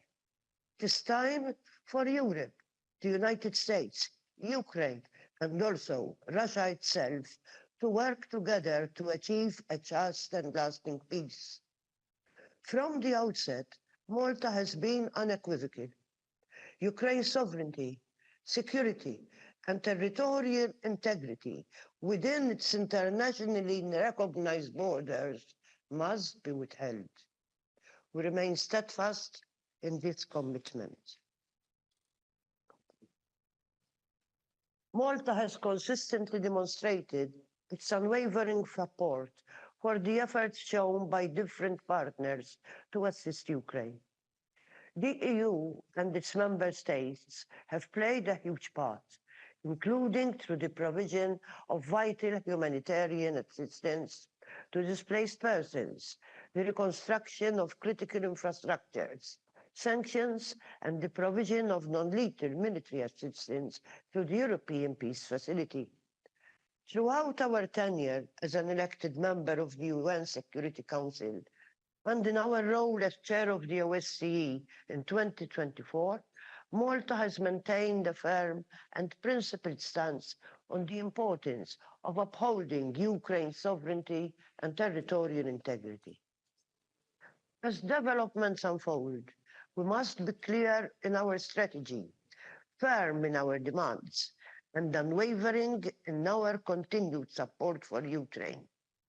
Malta will continue to engage constructively in initiatives to put Ukraine in a position of strength and at the same time reinforce Europe's own resilience against external threats. While respecting our constitutional commitment to neutrality, Malta shall continue with its advocacy for the full respect of international law and the active pursuit of peace, security, and social progress. In the last few months, different initiatives have been put on the table. Malta has been strong in underlining that it stands ready to support any peace process that is grounded in the principles of the UN Charter. It is imperative that this peace process has the input of all the key players. Europe must play a central role, as the outcome of the discussions will shape the future of our continent and our collective security. Furthermore, it is inconceivable that Ukraine be sidelined and left out of the equation. History has shown that appeasement does not work. A lasting peace cannot be imposed. Europe and the United States share a strategic interest in securing peace. It is key that Europe and the US remain united and stand steadfast in ensuring that no country succeeds in redrawing borders through coercion and the use of force. To our Ukrainian friends, you know better than anyone else that the way ahead is not easy. As you look to Europe for leadership, security, and ultimately EU membership, know that we are ready to answer your call. Let there be no doubt, Ukraine, you are not alone. Malta will continue to stand by you, shoulder to shoulder, in defense of your independence, your sovereignty, and your territorial integrity, according to the tenets of international law. Thank you all.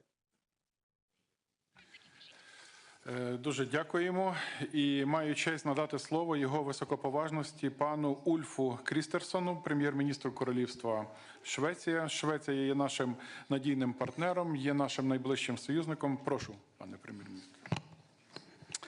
Thank you so much, and dear Volodymyr, dear friends, we're all honored to be here in Kiev on this very special day. What you Ukrainians have achieved in the last 3 years is actually astonishing. You have withstood an all-out attack by Europe's biggest army. You have taken huge strides towards membership in the European Union. Your institutions have continued to deliver for your citizens despite the war, and your economy keeps creating employment and growth, and not least innovation. All this despite Russia's daily attacks on your people, your energy supply, your infrastructure. Ukraine has truly become a symbol for resilience around the world. This is simply remarkable.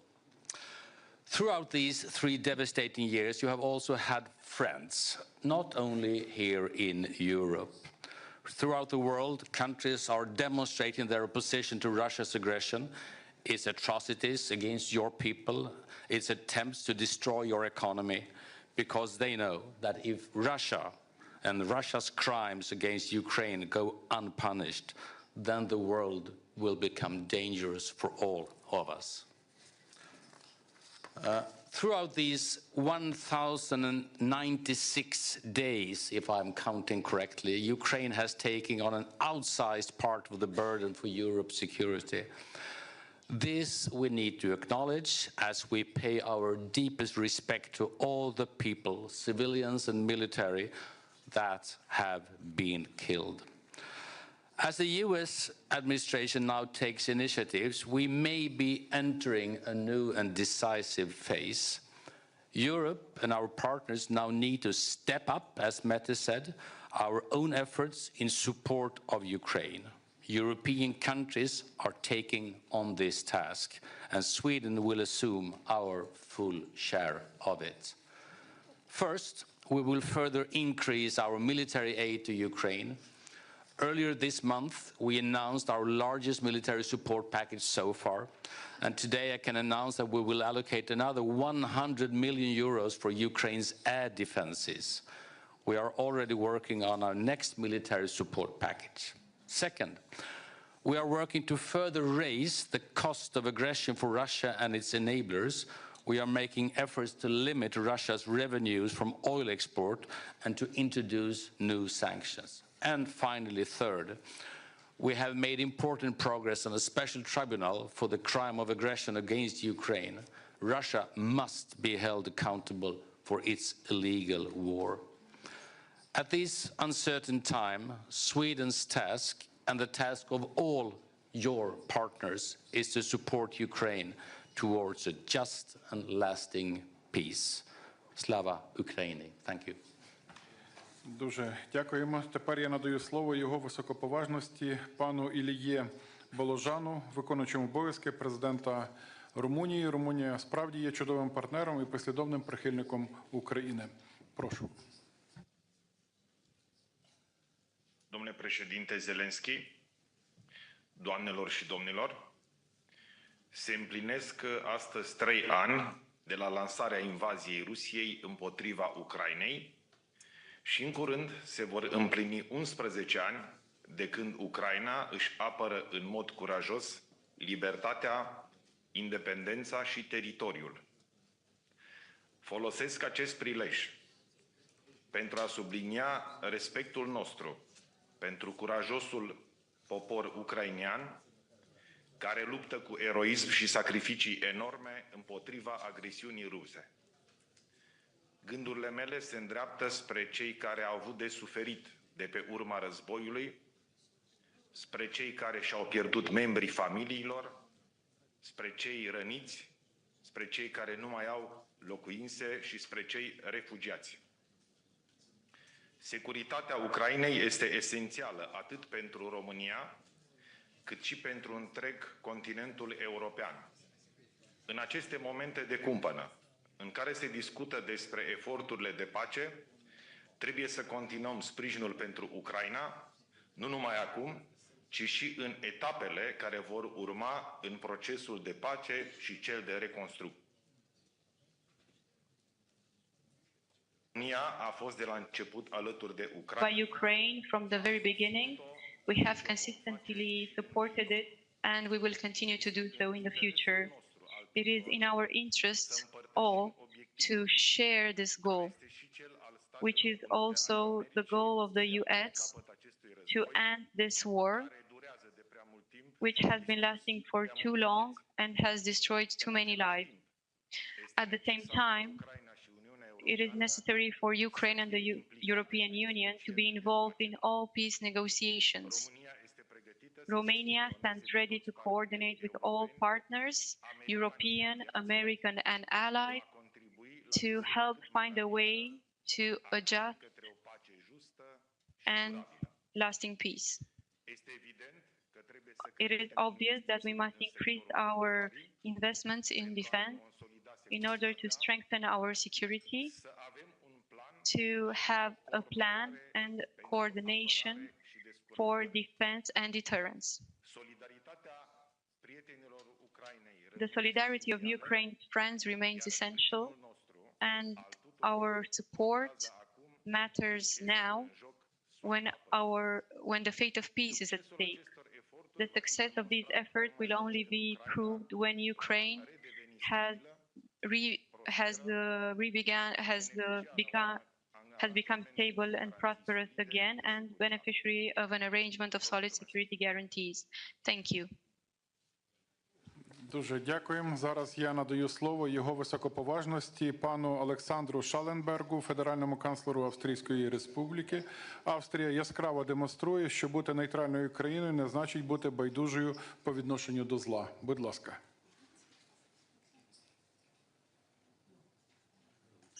Dear colleagues, dear Volodymyr, dear Andrei, you're absolutely right. Being neutral doesn't prevent Austria to having a very clear stance on this issue. Today, we sadly mark 3 years since Russia launched an unprovoked, brutal and illegal war of aggression against Ukraine. For 3 years now, we have had to witness, day in, day out, how Russia brought about tremendous destruction, unspeakable suffering and immense despair to Ukraine and its brave people. Dear colleagues, the Ukrainian people have been defending with immense courage and sacrifice not only their own way of living and their aspirations for the future, but also, and I believe we all agree on that, our common values, our common principles, our common freedoms. And yes, we share a common responsibility for the security, for the freedom and prosperity of our European continent, including Ukraine. And we have to do this with self-confidence and calmness and firmness. It is clear this brutal war must stop. The earlier, the better. And like any war, it has to end at the negotiating table, with all parties concerned sitting at the table. But it must not end under any circumstances, and I don't believe it will, as an imposed peace. We want, I believe we all share the same view, a comprehensive, a just, a lasting peace based on international law. A peace that guarantees the interest of Ukraine and our own. We will continue to work with our global partners in achieving this important objective. But one thing has to be crystal clear. Negotiations on Ukraine must include Ukraine, just as talks on European security must include all concerned parties in Europe. We will continue, as Austria, to support all serious efforts towards a comprehensive, just and lasting peace in Ukraine. In our capacity as host as one of the UN headquarters and seat of the OSCE, we also stand ready to provide a venue and to facilitate discussions if needed. Since day one, dear colleagues, Austria has stood in full solidarity with Ukraine and its people and has been providing extensive humanitarian, financial and diplomatic support. In addition to our contribution in the framework of the European Union, the Austrian government has so far provided almost 300 million euros in bilateral assistance. Furthermore, Austrian Länder, municipalities, businesses and the civil society have also shown enormous support and generosity vis-à-vis the people of Ukraine. And I can assure you, we will continue to do so. Thank you very much. Дякую. Маю честь запросити до виступу його високоповажність пана Педро Санчеса, голову уряду Королівства Іспанії. Ми вдячні за вашу активну роль у підтримці України. Thank you, dear Volodymyr, dear friends. Since the 24th of February of 2022, already 3 years ago, we have witnessed a systematic violation of the most basic principles of humanity here in Ukraine. The war crimes committed by Putin's regime cannot go unpunished. Spain condemns once again with the utmost resolve this merciless war started by Putin, irrational and unjust war that has caused immense suffering, pain and despair to our Ukrainian brothers and sisters. The Spanish people admire the courage with which Ukrainians are defending freedom and democracy, an example of dignity and resistance against Putin's brutal aggression. At these critical times, let me highlight 3 messages. The first one is that Spain is committed to the full sovereignty of Ukraine. All Ukraine can decide its future. Spain welcomes all efforts to work towards peace, but peace must be fair, sustainable, and comprehensive. For peace to be just, Ukraine needs to sit at the negotiation table. For peace to be sustainable, Europe has to participate in it. For peace to be comprehensive, it cannot be a mere ceasefire. Second, we will continue supporting as long as it takes. We will not let you down when you need us the most. Spain will continue to provide military support and equipment with even more determination than what we have done in the past. In this regard, I'm proud to announce a new military assistance package for Ukraine worth 1 billion euros in 2025. We will also work hand in hand with Ukraine in its reconstruction, creating the necessary structure to boost the process and encouraging Spanish companies to actively engage in plans and projects. We must also address the needs of the Ukrainian diaspora. That is why I'm also happy to share that Spain and Ukraine will establish a Ukrainian hub, Casa Ucrania, in the province of Alicante. And third, we must ensure that Ukraine joins the European Union as soon as we can. Whatever happens in the coming months, Ukrainians' accession to the European Union is the most important victory for the Ukrainian people. Ukraine's hope is in Europe, but Europe's hope is also in Ukraine. You are giving us hope by defending the values and ideas of freedom for which many Europeans gave their lives in the past. Allow me to conclude precisely with this idea of hope. Difficult months lie ahead, but I am convinced that at the end of this terrible period, freedom and democracy will prevail over violence and authoritarianism. The Ukrainian people can count on Spain. Rest assured, we will be with you as long as it takes and as much as you need. Slava Ukraini, viva Europa. Дуже дякуємо.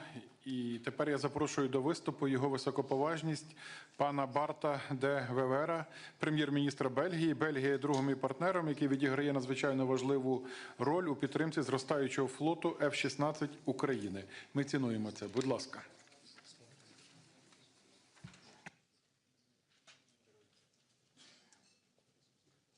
Dear President Zelensky, вітаю народ України. Я вжану ящик солдатів.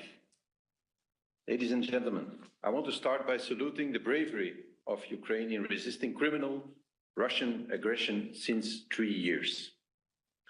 We must see the Russian regime for what it is. Its total disregard for international law, its horrifying attacks against civilians, and its attempts to erase Ukrainian culture have made it perfectly clear that to ensure the protection of our countries and the European continent, we must not appease, but deter Russia. Support to Ukraine remains a key part of this endeavor. Recently, talk of negotiations towards a deal to settle the war has accelerated, but also stunned the alliance of those who, from the start, have supported Ukraine in its defense against a ruthless Russian aggressor. Stunned because it does not seem a given that Ukraine or the EU will have much of a voice in the proceedings. A peace agreement that does not take into consideration the valid interests and demands of the victims of aggression and their allies and neighbors has no chance to hold. Belgium cannot accept that decisions on the future of Ukraine and the security and stability of the European continent are taken without the participation of Ukraine and its European allies. Our priority now is to come to a coordinated European position to claim a seat at the table in view of a just, sustainable, and comprehensive peace. As a founding member of the European Union, we will always work towards a united, strong, prosperous, and above all, peaceful Europe. And Ukraine belongs within this Europe. Meanwhile, Ukraine will continue to be able to count on Belgian assistance as specified in the Belgian-Ukrainian bilateral security agreement that was signed last year. This includes the delivery of F-16 fighter jets, the implementation of the 4-year reconstruction program by our development agency, and support to Ukraine's Euro-Atlantic integration. I would like to support all speakers that have pleaded today to do more as European allies of Ukraine as quickly as possible. Exactly 60 years ago, the great President Ronald Reagan spoke about peace through strength in his famous speech, A Time for Choosing. He said, "You and I have the courage to say to our enemies, there is a price we will not pay. A world in which borders can be forcibly withdrawn will be less safe, less prosperous, and less just. We've had ample opportunity to learn this valuable lesson in the past. Slava Ukraini." I thank you. Дуже дякую. Тепер я радий запросити його високоповажність пана Росена Желязкова, прем'єр-міністра Республіки Болгарія. Ми вдячні Болгарії за всю надану підтримку і допомогу. Будь ласка. Шановний президенте Зеленський, шановні українські колеги, dear colleagues, 3 years ago, Russia launched a war of aggression against Ukraine, a war which is a direct assault against the peace and stability in Europe and the world, against the UN Charter and the principles of international law. Today, as we mark this dreadful anniversary, we gather to reflect on the struggle of the Ukrainian people and also to reaffirm our collective commitment to peace, sovereignty, justice, and the primacy of international law. The Ukrainian people have been living in suffering and destruction for more than 1,000 days now. Critical civilian infrastructure, such as nuclear plants and dams, have been damaged by military actions in complete disregard of the potential consequences for the environment and the civilian population far beyond the front lines. Ukraine has bravely held its ground, but the human cost of the war has been staggering. Tens of thousands of civilians, including children, have been killed or wounded.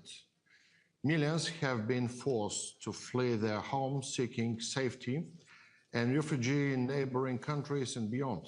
Forceful displacement, illegal abduction and deportation, even of children, have been the terrible experience of thousands of innocent Ukrainians. Ladies and gentlemen, there must be no negotiations on peace in Ukraine without Ukraine and the European Union. Ukraine must be given credible and robust security guarantees which are indispensable to any comprehensive, just and lasting peace on our continent. In the meantime, while Russia's war still rages on, we must continue our comprehensive support to Ukraine. Peace through strength is the viable strategy to put Ukraine in the strongest possible position ahead of any peace talks. Dear friends, Bulgaria reiterates its support for Ukrainians' independence, sovereignty, and territorial integrity. From the very beginning of the war, Bulgaria has been providing military, financial, political, and humanitarian assistance to Ukraine as part of the international support efforts. We will continue to do so as long as we can and to do the best of our abilities. As a member of European Union and NATO, Bulgaria reaffirms its commitment to further supporting Ukraine. Ukraine's future lies within the European family and the transatlantic community. The Ukrainian people must be given an opportunity to rebuild a strong, resilient, and democratic Ukraine. Only through unity and resolve can we make sure that the sacrifices made over the past 3 years are not in vain and will lead to a brighter, more secure future for Ukraine and for all of Europe and the world. Slava Ukraini! Thank you. Дуже дякуємо. А зараз з великим задоволенням прошу взяти слово його високоповажність пана Кіра Стармера, прем'єр-міністра Сполученого Королівства Великої Британії та Північної Ірландії. Ваше лідерство абсолютно безпрецедентне. Прошу до слова.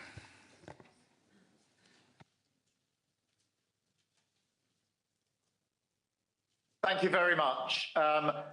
Colleagues, let me start with Vladimir and say on this day of all days, I want to pay tribute to your leadership, Vladimir. And friends, it is right that we mark this grim anniversary together. For 3 years, we have been united in opposition to Russia's barbaric invasion. And for 3 years, we've been full of admiration for the incredible response of the Ukrainian people. Their voices must be at the heart of the drive for peace. And I want to be clear that I hear them. I think of the soldiers and the civilians that I met in Kyiv just a few weeks ago in the ICU, the burns unit, the witnesses to the horror of Bucha, the school children I met living under constant bombardment, the soldiers training in the UK bound for the front line. Their voices echo in my ears. They inform decisions that I take and the peace that I believe that we must see.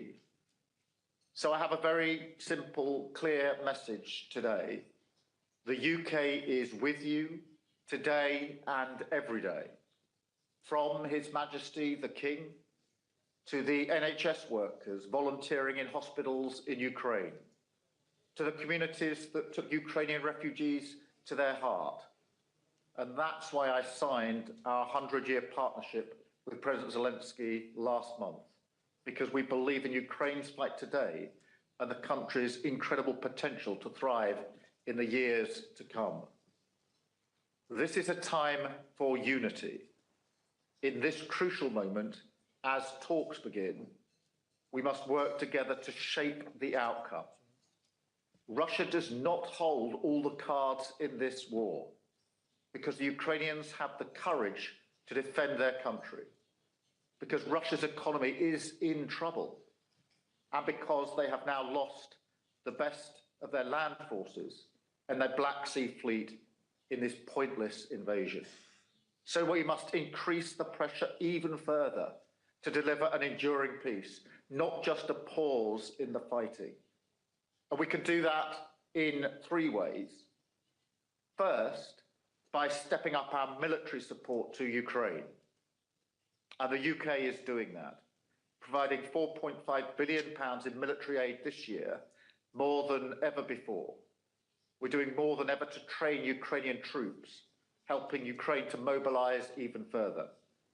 And we're proud to have taken on the leadership of the Ukraine Defence Contact Group. Secondly, we must keep dialling up the economic pressure to get Putin to a point where he is ready not just to talk, but to make concessions. So today we're announcing the UK's largest packet of sanctions since the early days of the war, going after Russia's shadow fleet and going after companies in China and elsewhere who are sending military components. Later today, I will be discussing further steps with the G7, and I'm clear that the G7 should be ready to take on more risk, including the oil price cap, sanctioning Russia's oil giants, and going after the banks that are enabling the evasion of sanctions. Third, we must bring our collective strength to the peace effort. President Trump has changed the global conversation over the last few weeks, and it has created an opportunity. Now we must get the fundamentals right. If we want peace to endure, Ukraine must have a seat at the table, and any settlement must be based on a sovereign Ukraine, backed up with strong security guarantees. The UK is ready and willing to support this with troops on the ground, with other Europeans, and with the right conditions in place. And ultimately, a US backstop will be vital to deter Russia from launching another invasion in just a few years' time. So we will do everything we can to get the best outcome for Ukraine and for us all. And let me close with one of the voices I mentioned earlier, a patient called Petro from the burns unit that I visited in Kyiv. He said to me, if Ukraine fails, Europe will be next. And that is what is at stake here. That is why we will always stand with Ukraine and with our allies against this aggression and for a just and lasting peace. Slava Ukraini. Thank you. Ще раз дякуємо вам за ваше лідерство. Ми продовжуємо включення з особливих місць нашого опору та стійкості. І зараз я маю честь передати слово пані Ользі Каменевій, лікарю, яка виконує свої обов'язки в Херсоні, місті, яке було звільнене від російської окупації. Будь ласка.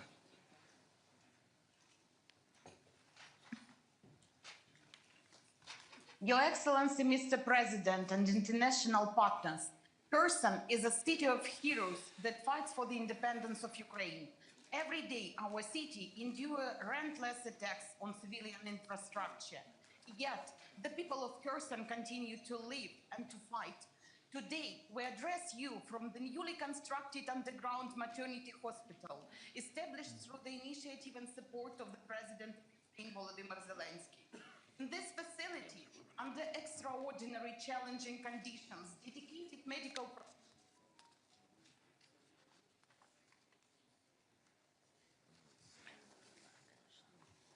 Так, у нас технічний збій. Ми можемо продовжувати?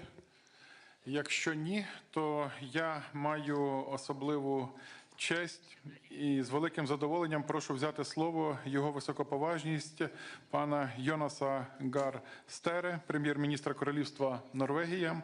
Норвегія демонструє справжнє лідерство та стратегічний підхід у підтримці України. Thank you, Andrei, and thank you, Volodymyr. Since I believe we are this mission is being streamed. And if I can say a few words to the people of Ukraine, you know, I was incredibly moved by this session at the Maidan this morning. I'm a father and I'm a grandfather, and I was wandering among those flags, and I was seeing the dates of those boys corresponding to the dates of my children. And, you know, the number of flags and the number of people, I'd just like to tell the people of Ukraine that it makes a deep impression on us on this third anniversary, but there are more than 1,000 days, and the days are counting. So this human dimension of this day really makes a strong impression on me. Colleagues have made good remarks, so I will second that we continue to show our strong support to the people of Ukraine, to the basic principles that there has to be a comprehensive, just and sustainable peace. We all agree on that, and I will reiterate it simply by joining the voices of colleagues. As for Norway, today I will announce that we will contribute €1 billion for civilian and humanitarian support. And Mr. President, I take up on your request for energy support that you mentioned to me a few days ago. So there will be a €300 million package to gas supplies, according to the request you made, and also securing financial guarantees. In fact, it's €400 million, and also support for electricity reconstruction of grid and try to build back better and smarter. We also follow a bit in the path of what Denmark has done to open a direct investment channel into your industry. So we will also put €300 million and into a specific track here with your industry, where we may have complementarity between our industries, and also a special pledge for drones, which I think will be of great importance. And also, as some of my colleagues have mentioned, in the NB8, meaning Nordic 5, Baltic 3, we have agreed to take up on your suggestion to train, fund, and help equip a brigade. So I think, you know, leaders have agreed that we will do that now. It's a flexible concept. It will of course comprise of courageous Ukrainian troops, but we will train, equip, and support them. And then I'd like to say that what then lies ahead, and I'll make 3 points. First, we need to scale up, as colleagues have said. This is not the moment to pause and wait and see. We have to scale up. So I say on behalf of Norway, we have pledged the €3.5 billion for 2025, approximately, but we are ready to scale that up, and I will engage with you in the coming days and weeks to see how we can do that in the best way, so it really corresponds most directly with your needs. Secondly, I'd like to second President Stubb on what he was saying about process, because I think this is absolutely key, that we make a real reflection on what this peace process means and how Europe can add substance and momentum to that one. There is now talks between US and Russia, but I think Prime Minister Starmer said it diplomatically: we need to get the fundamentals right. And the fundamentals are not, let me put it that way, complete, if it's only this dialogue in the way we see it. And I don't think, you know, we all agree that there can be nothing about Ukraine without Ukraine, but let me put it this way bluntly: Europe cannot complain its way to the table.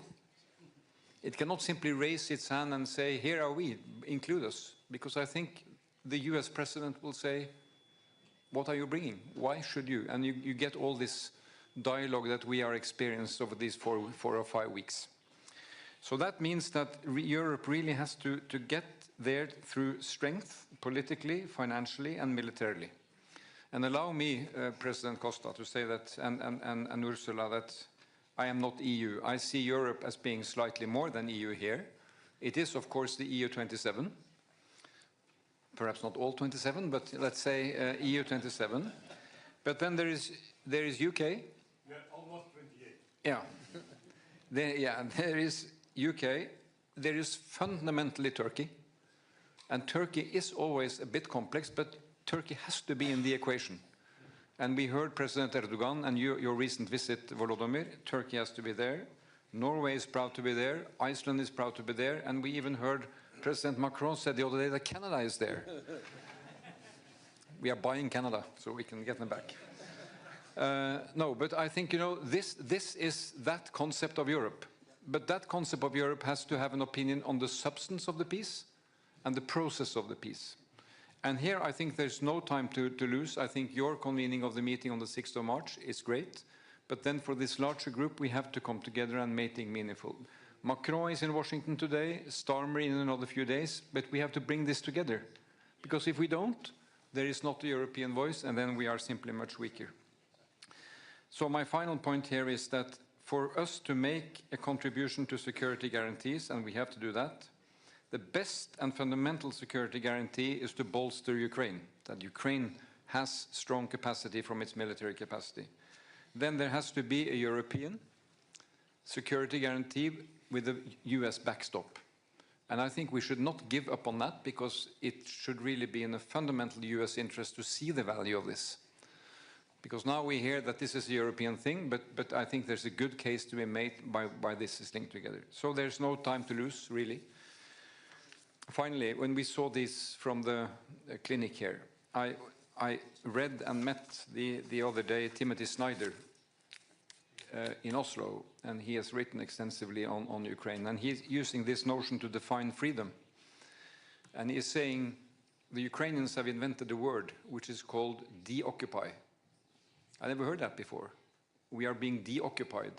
So the question was, is a village, is Bucha a free city? Do they enjoy freedom just because they are deoccupied? And the answer is no. You are still under war, you are still under attack. So defending Ukraine's freedom is not only about securing the occupation, it is securing sovereignty, independence, and territorial integrity. That is the package of freedom. Slava Ukraini.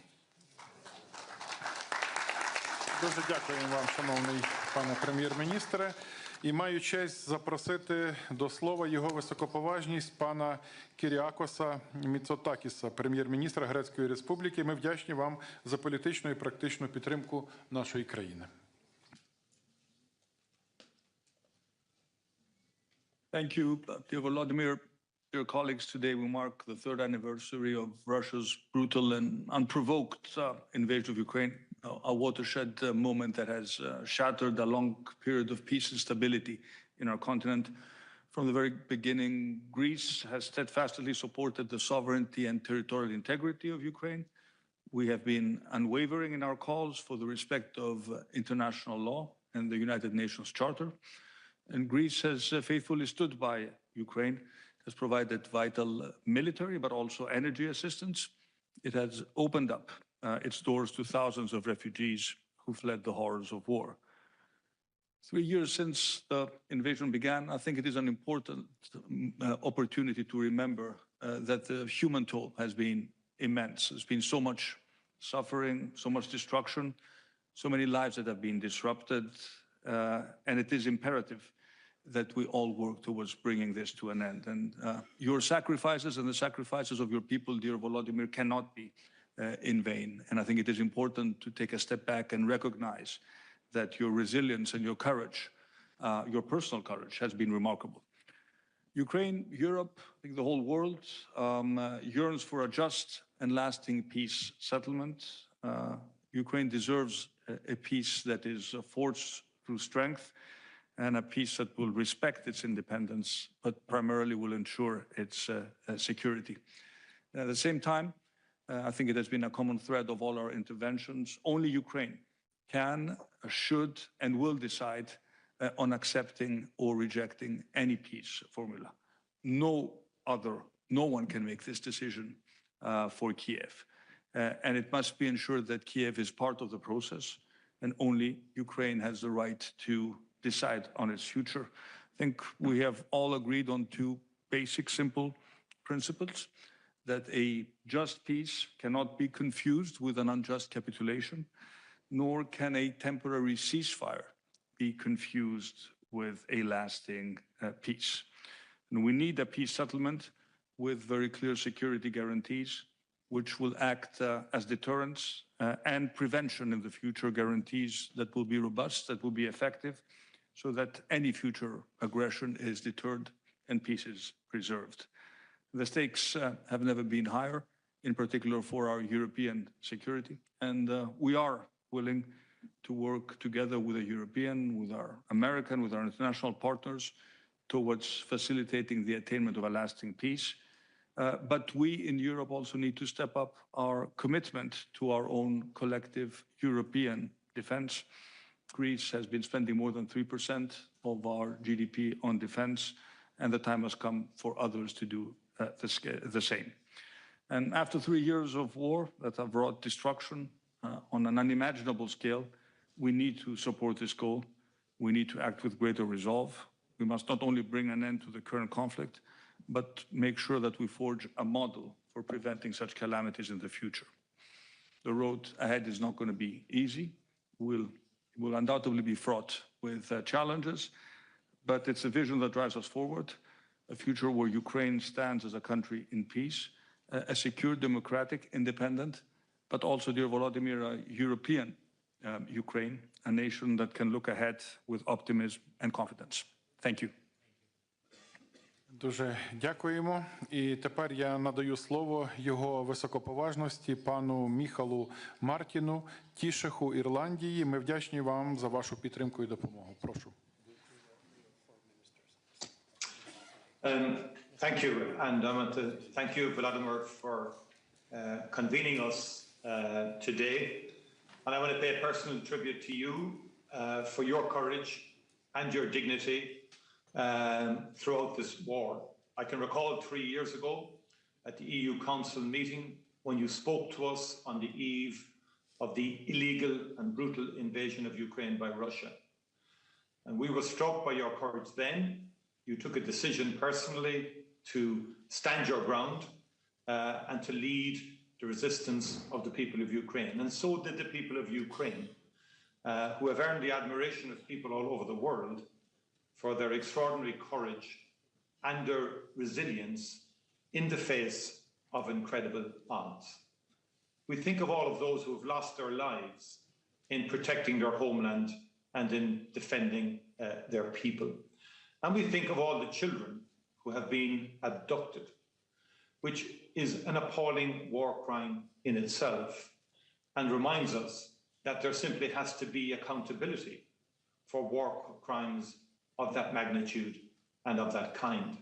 And we will work with our colleagues in ensuring such accountability.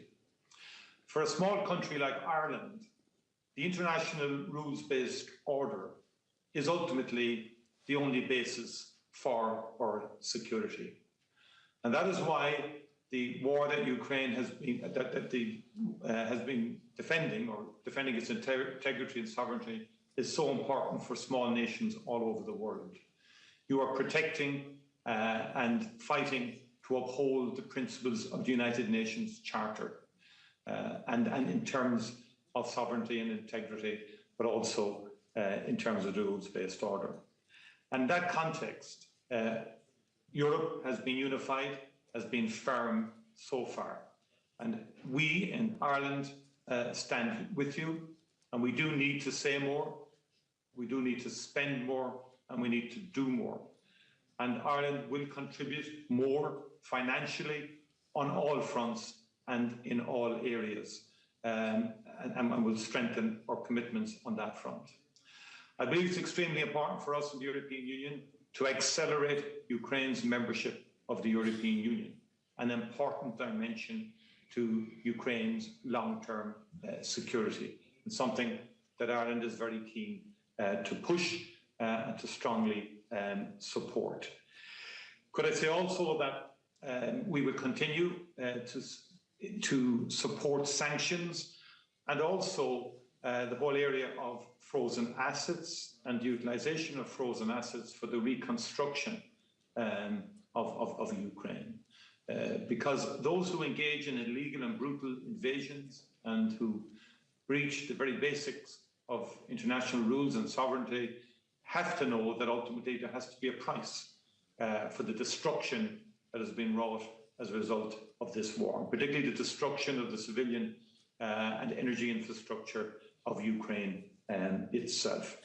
And the next European Union summit, the emergency summit being convened on the 6th of March, will be a very important moment for concrete actions which Ireland will strongly support both the Commission and President Costa in the agenda that they will bring to the table on that occasion.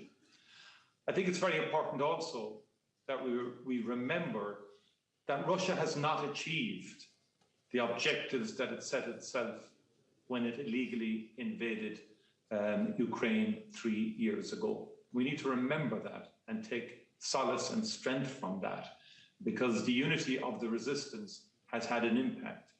What we must now resolve is to ensure that Russia is never rewarded for what it did 3 years ago. Thank you very much indeed. Ще раз дуже вам дякуємо. І зараз я радий запросити до слова його високоповажність пана Крістена Міхала, прем'єр-міністра Естонської Республіки. Естонія є надзвичайно важливим союзником у нашій спільній боротьбі. Прошу. Thank you. President Zelensky, dear colleagues, I'm very proud to be here on Estonia's 107th birthday. Today is the day. Standing by Ukraine to show the true meaning of friendship. Ukraine has shown the world the true meaning of resilience. In its monumental struggle against Russian aggression, Ukraine fights not just for its own freedom, but a world built on principles. A world where might does not make right, as Mette and Justin already said. Estonia will never recognize the challenge, changing of borders by force. We will always stand for your right to choose your own allies. Now is the time to do more and do it faster.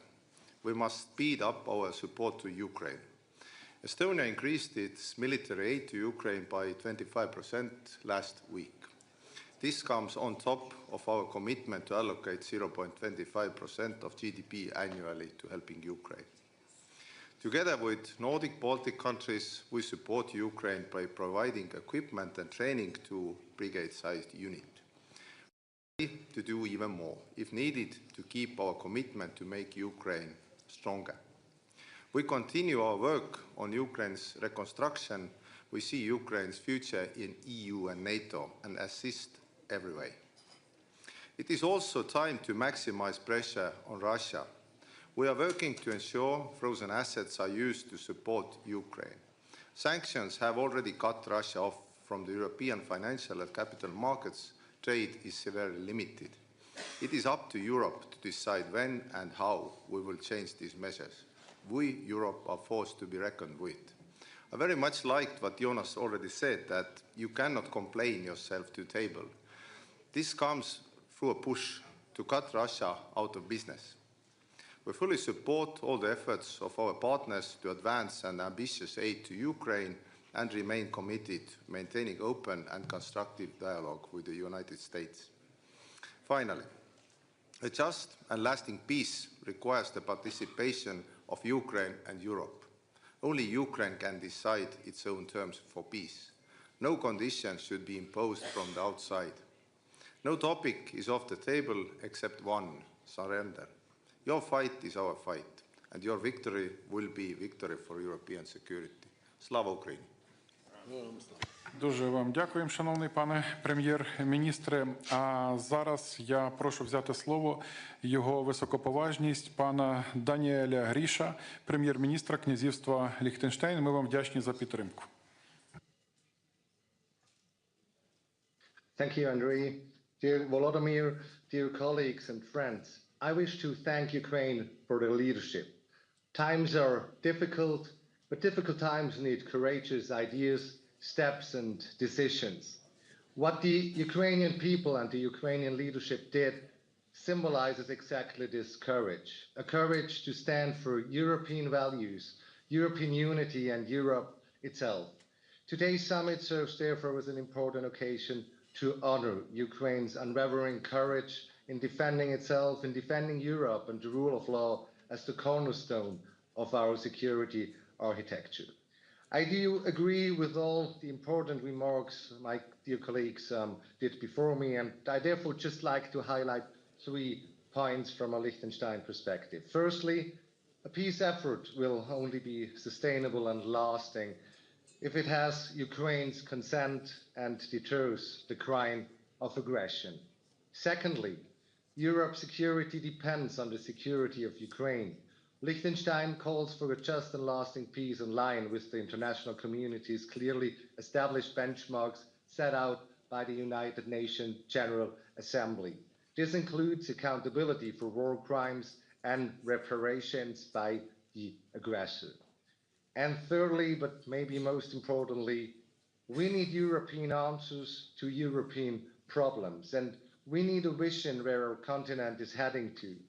I am therefore thankful for the words of EU President Ursula von der Leyen, the words of President Zelensky, and the ones that spoke before me. As most of you know, Liechtenstein reached out in the last month to receive your vision and the thoughts about Europe in these challenging times, and especially against the background of Russia's war in Ukraine. These days, all of you will receive a copy of the Book of Europe you can see behind me with the subtitle First-Hand Visions of the Future of Europe, which will be released this very Thursday at the Council of Europe in Strasbourg. I am very thankful to all of you who contributed to personal visions of Europe, beginning with the today present Prime Ministers of UK, Spain, Norway, Albania or Ukraine, and more than 30 leaders of Europe. I am also thankful to the Liechtenstein Parliament for their courage and vision to dedicate an additional budget line to finance the reconstruction of Ukraine. With its decision, our Parliament made it very clear that a rebuilt Ukraine must be part of the vision of Europe. We all know that every cloud has a silver lining, and for me, that silver lining of the current situation is that we in Europe stand together to continue to work on a good, strong and united Europe. A Europe where, like in a team, every member contributes and adds value based on its capabilities and strengths. Slava Ukraini, Slava Європі. Слава, дуже вам дякуємо.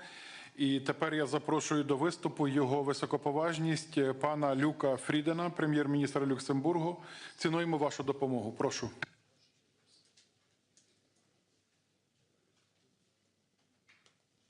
Dear colleagues, 3 years ago, no, I should say 10 years ago, Russia launched an illegal war of aggression against Ukraine. But all those years, Ukraine's resilience remains unshaken. On this occasion, I would therefore like to pay a tribute to the thousands of brave Ukrainians that have made the ultimate sacrifice, and to the courage of the millions of Ukrainians that continue to endure unimaginable suffering, fear, and to defend our freedom. This is a war, and now is the time when fundamental principles of the world order are tested. And I would therefore like today at this gathering to highlight 3 points. First, when international law is trampled on, when the principles enshrined in the UN Charter are violated, the price we all end up having to pay is high, especially for smaller nations. It's me from Ireland also stressed a few moments ago. Ukraine's fight is therefore our fight. Because if we allow aggression to succeed, it will happen again. It is up to us to ensure that we preserve a world, yes, way of life for the generations to come, in which international law is respected, upheld by force. Second, Ukraine's future is tied to ours, and European security depends on all of us standing together, firmer and more united than ever. This means strengthening our Europe and our collective support, militarily, financially, and politically, to ensure Ukraine not endures, but prevails. It also means that we continue to support Ukraine to achieve peace through strength, a just and lasting peace, a peace negotiated by Ukraine, by Europe, for Europe.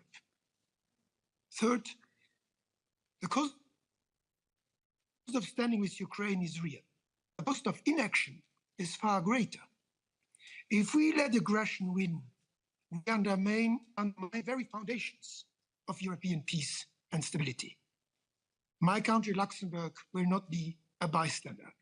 We will continue to support Ukraine, not just because it is the right thing to do, but because it is vital for our own future. As Europeans, it is our duty to match Ukraine's courage with unwavering solidarity. Because it is not just about one country's survival, it is about the future of Europe itself. And therefore, I also welcome Antonio Costa's invitation for an extraordinary European Council in the next week. In January 2005, I stood in Kiev at the end of the Orange Revolution on behalf of the then Luxembourg presidency of the European Union. And I said, Ukraine has a strategic importance for the European Union. That was true at the time, and it is even more true today. Dear Mr. President, dear Volodymyr, you can count on Luxembourg's unwavering support to you, your country, and your people. Thank you. Дуже вам дякуємо. Ми знову переносимося в особливі місця, і зараз ми підключатимемося з керівництвом Запорізького регіону, який щодня потерпає від російського терору, від щоденних обстрілів. Будь ласка. Dear Mr. President, dear diplomats and representatives of our partner countries, right now we are speaking to you from underground school, located 7 meters deep. This is because the fighting is taken just 40 kilometers away. And enemy missiles can reach Zaporizhia in under 1 minute. That is why 60,000 of our children have to study underground. Right now, behind me, the children are holding photos of destructions of enemy bringing to our region every day. Every day, our enemies fires missiles, wielding bombs, and Shaheds drones cross the region. As a result, over 17,000 buildings were damaged. As an example, during last day, the enemy attacked the Zaporizhia region more than 400 times. Despite all this, we stay strong.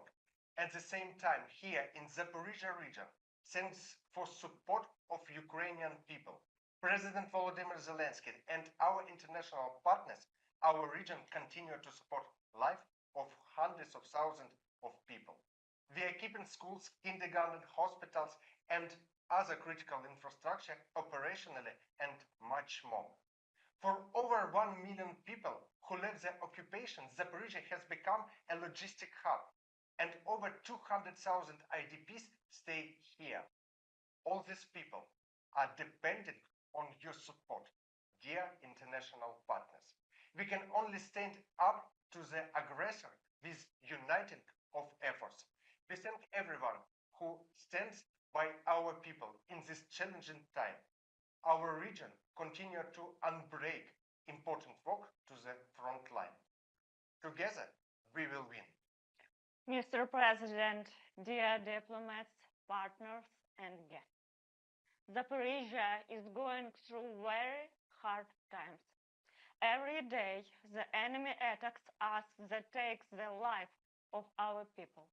Even with dangers, we keep working. We make sure the city function, repair buildings, and help people. Thousands of the workers, rescuers, teachers, and volunteers work day and night, sometimes for days without rest. Right now, we are speaking from an underground school built in Zaporizhia with the help of the President and First Lady. For the first time in 3 years, children have returned to school. They sat at their desks and meet their classmates. Teachers finally saw all their students together. There are already several schools like this, but they are more than just schools. They are a symbol of their strength and hope. We thank everyone who support us. Zaporizhia is a city of strong and brave people. We will stand until peace comes to our land. Support to Ukraine, together to the victory.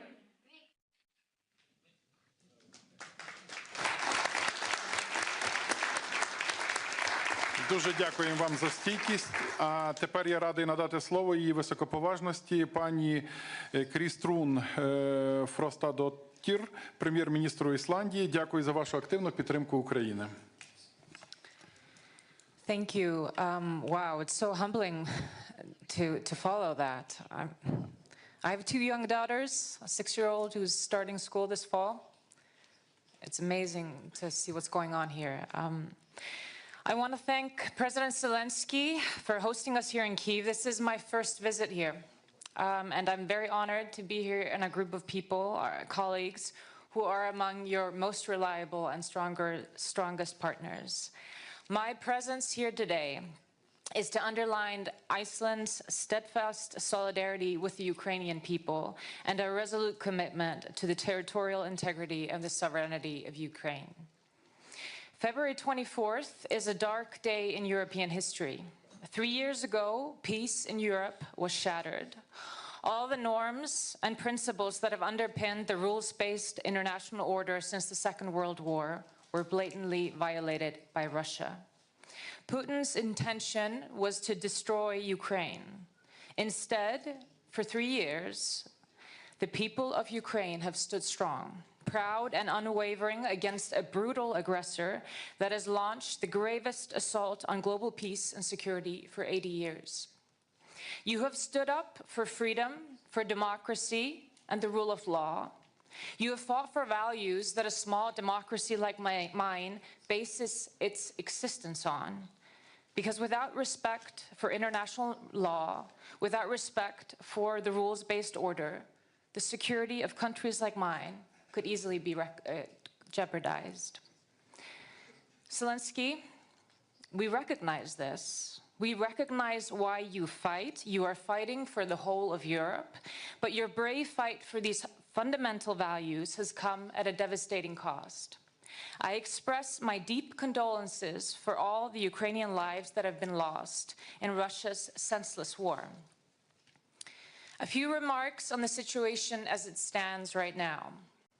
Firstly, this may sound obvious, but today the facts need to be stated. Russia invaded Ukraine. Russia is the aggressor. Ukrainians are defending their homeland and their freedom under the leadership of a democratically elected president and a democratically elected parliament.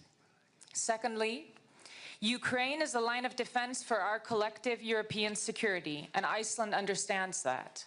A strong Ukraine is a precondition for a just and lasting peace. Ukraine needs more support, and it must be immediate. Iceland has increased its assistance compared to last year, but we will do more. And I can announce today that my government has decided to more than double our defense-related support to the Ukraine this year to fulfill our commitments. We may be a small country, and our support in absolute terms will echo that. But we must do our share and are unwavering in our support for Ukraine. We stand with our Nordic-Baltic allies as well as Europe in support measures going forward, and we will be implementing the 16th sanctions package without delay after it has become effective within the EU. Thirdly, we must project unity among like-minded countries. Europe needs to take the lead in support of Ukraine. On negotiations, there must be nothing about Ukraine without Ukraine, and Europe must have a seat at the table too. Lasting peace will not be achieved without security guarantees, and a credible arrangement that is part of a comprehensive peace agreement depends on collective European commitments. We will be willing to contribute to this effort in a way that is fitting. Lastly, Ukraine belongs in the Euro-Atlantic family of free nations. I hope that the EU accession process will be accelerated. NATO membership should remain on the table, and Iceland is fully committed to the language that was agreed upon at the NATO summit in Washington. Iceland supports you. Slava Ukraini. Дуже дякуємо вам. Тепер я радий запросити його високоповажність пана Мілойка Спаїча, прем'єр-міністра Чорногорії. Цінуємо вашу підтримку. Dear President Zelensky, dear colleagues, it is both an honor and a privilege to address you today at this pivotal summit, which marks the third anniversary of the full-scale Russian invasion of Ukraine. This is an important moment for us to reaffirm our unity in support of Ukraine's sovereignty, territorial integrity, and freedom. This aggression has escalated into the most profound security and humanitarian crisis Europe has faced in decades. For the last 3 years, we have witnessed the horrors of war and daily attacks on Ukrainians, their homes, and their lives. Yet, they are still struggling for their homeland. But this is not only a fight for Ukraine.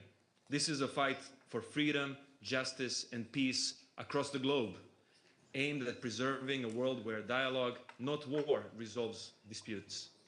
We in the Western Balkans have felt the destabilizing effect of this conflict too. For years, Russia has waged hybrid economic and information warfare aimed at undermining the security of the region. Montenegro condemns Russian ongoing invasion.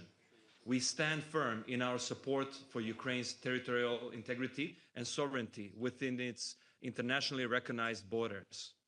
Therefore, since the onset of the war, Montenegro has provided substantial support to Ukraine, including military aid and financial assistance. Montenegro has been the first country outside of the EU which has opened its doors to those fleeing the horrors of war. By providing temporary protection, safe shelter, healthcare, and education for thousands of people from Ukraine, we have demonstrated our shared humanity and shown that the compassion is the truest form of the strength. As a steadfast ally within NATO and the most advanced candidate country in the negotiation process with the EU, Montenegro supports Ukraine's aspirations to join these organizations. We diligently work on necessary reforms and support each other in fulfilling memberships. Moreover, our two countries are currently negotiating an agreement on security cooperation and long-term support. This agreement will strengthen our defense and security ties, focusing on military assistance, defense industry collaboration, intelligence sharing, and countering cyber and hybrid threats. In addition to that, in close cooperation with our EU and NATO partners, Montenegro has fully aligned with sanctions against Russian Federation, targeting critical sectors including finance, energy, transport, and technology. Ladies and gentlemen, Montenegro knows very well the price of peace, the importance of independence, and the sacrifice it demands. Our history has taught us that freedom is a gift earned through resilience, unity, and unwavering resolve. It is in this spirit that we stand by Ukraine in its fight for the principles that bind us all: democracy, economic security, human rights, rule of law, liberty, dignity, and patriotism. While Montenegro strongly supports the beginning of diplomatic efforts to resolve the conflict, it is essential that any peace be fair, just, and uphold Ukraine's sovereignty and right to chart its own path and orientation for the future. Thank you very much. Slava Ukraini. Дуже вам дякуємо. І я радий запросити до слова його високоповажність пана Роберта Голоба, прем'єр-міністра Республіки Словенія. Цінуємо вашу допомогу.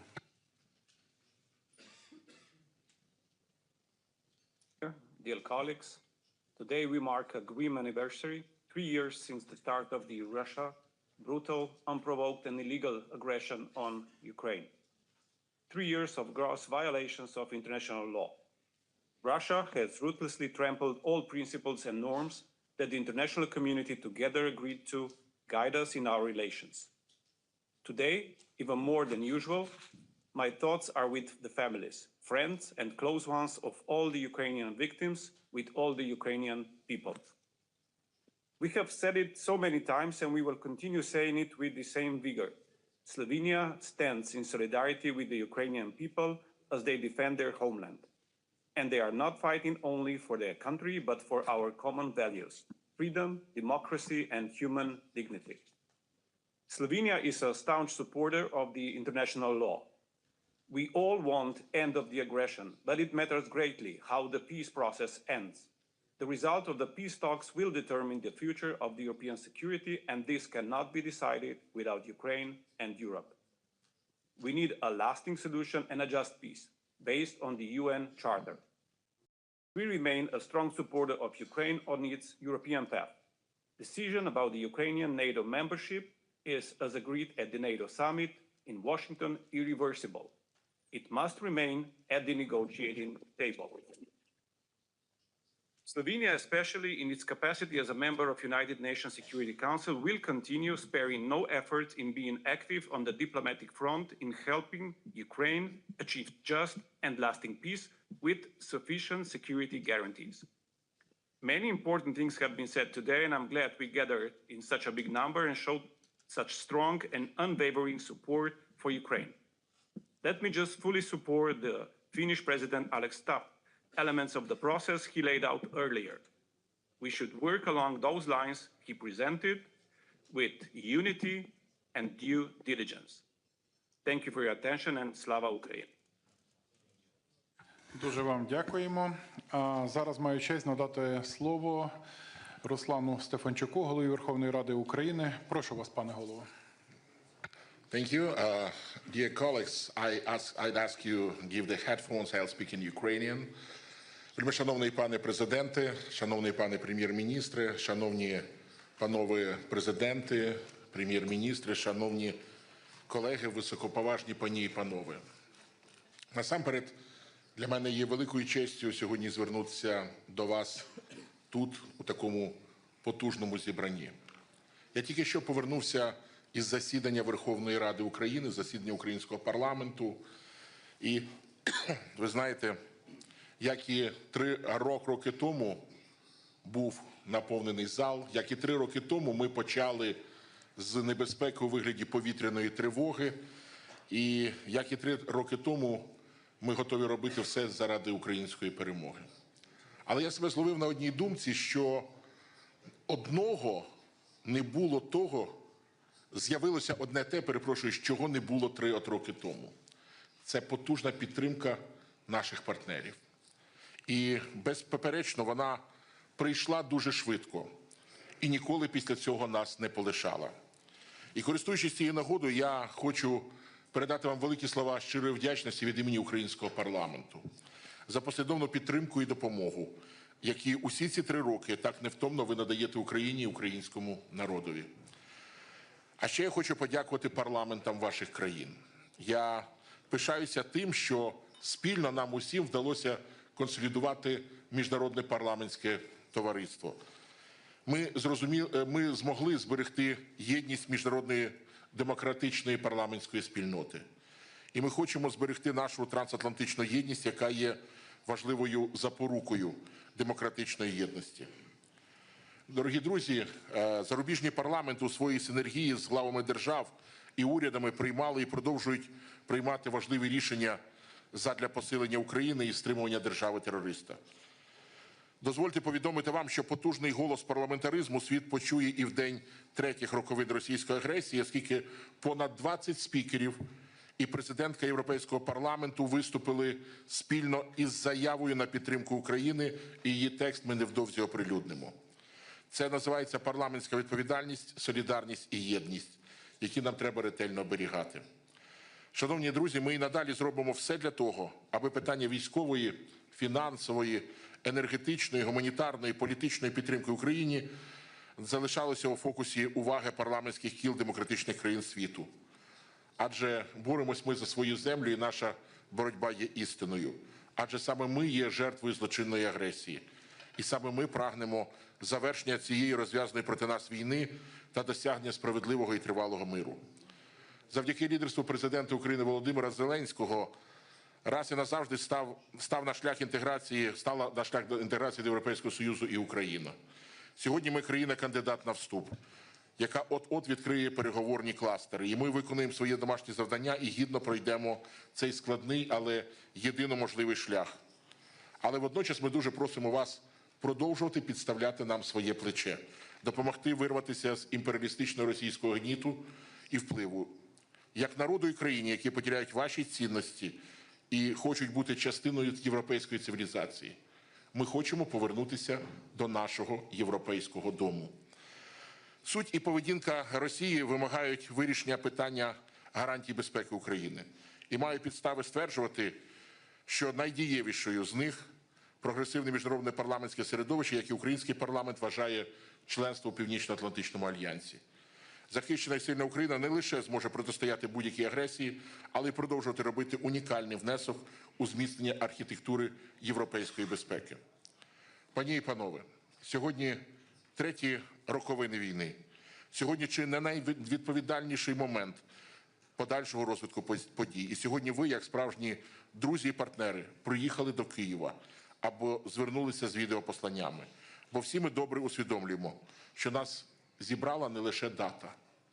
Нас зібрала висока відповідальність за майбутнє нашого європейського і світового дому, де має панувати демократія, справедливість і розвиток. Тому будьмо гідні цієї високої цілі. Дякую вам за увагу і слава Україні! Дякуємо, пане голово. Зараз ми знову переміщуємося в особливе місце української стійкості, в черговий прикордонний регіон Суми. І я маю честь запросити до слова тимчасово виконуючого обов'язки ректора Сумського державного університету Івана Козія. Вам слово. Mr. President, esteemed representative of partner countries, dear guests, the city of Sumy stands today on the front lines of our country's defense. Our community, alongside the armed forces of Ukraine, is heroically fighting for independence and the future of the next generations. We address you from Sumy State University, whose building was recently destroyed by Russian airstrikes. The enemy seeks to destroy Ukraine's future and block access to education. However, thanks to the heroism of our defenders, the support of the President of Ukraine, and the resilience of our people, our professors, university staff, and students continue an educational process despite all threats and challenges. Thousands of students receive high-quality education, believing in the future and making plans for the recovery and reconstruction of a new Ukraine. The university's strong ties with international partners help us build plans for the future. We hope that once the war is over, we will join forces for common development and progress. I thank the international community for its support. We thank our defenders for their heroism. We thank the President for his attention to Sumy region and the education of Ukrainians. Together, we will win.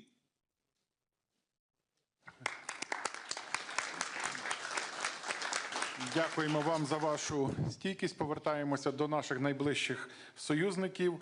І зараз я радий запросити до виступу його високоповажність пана Антоніо Таяні, віце-прем'єр-міністра, міністра закордонних справ Італії. У цей вирішальний час для Європи цінуємо сильну підтримку Італії. Прошу.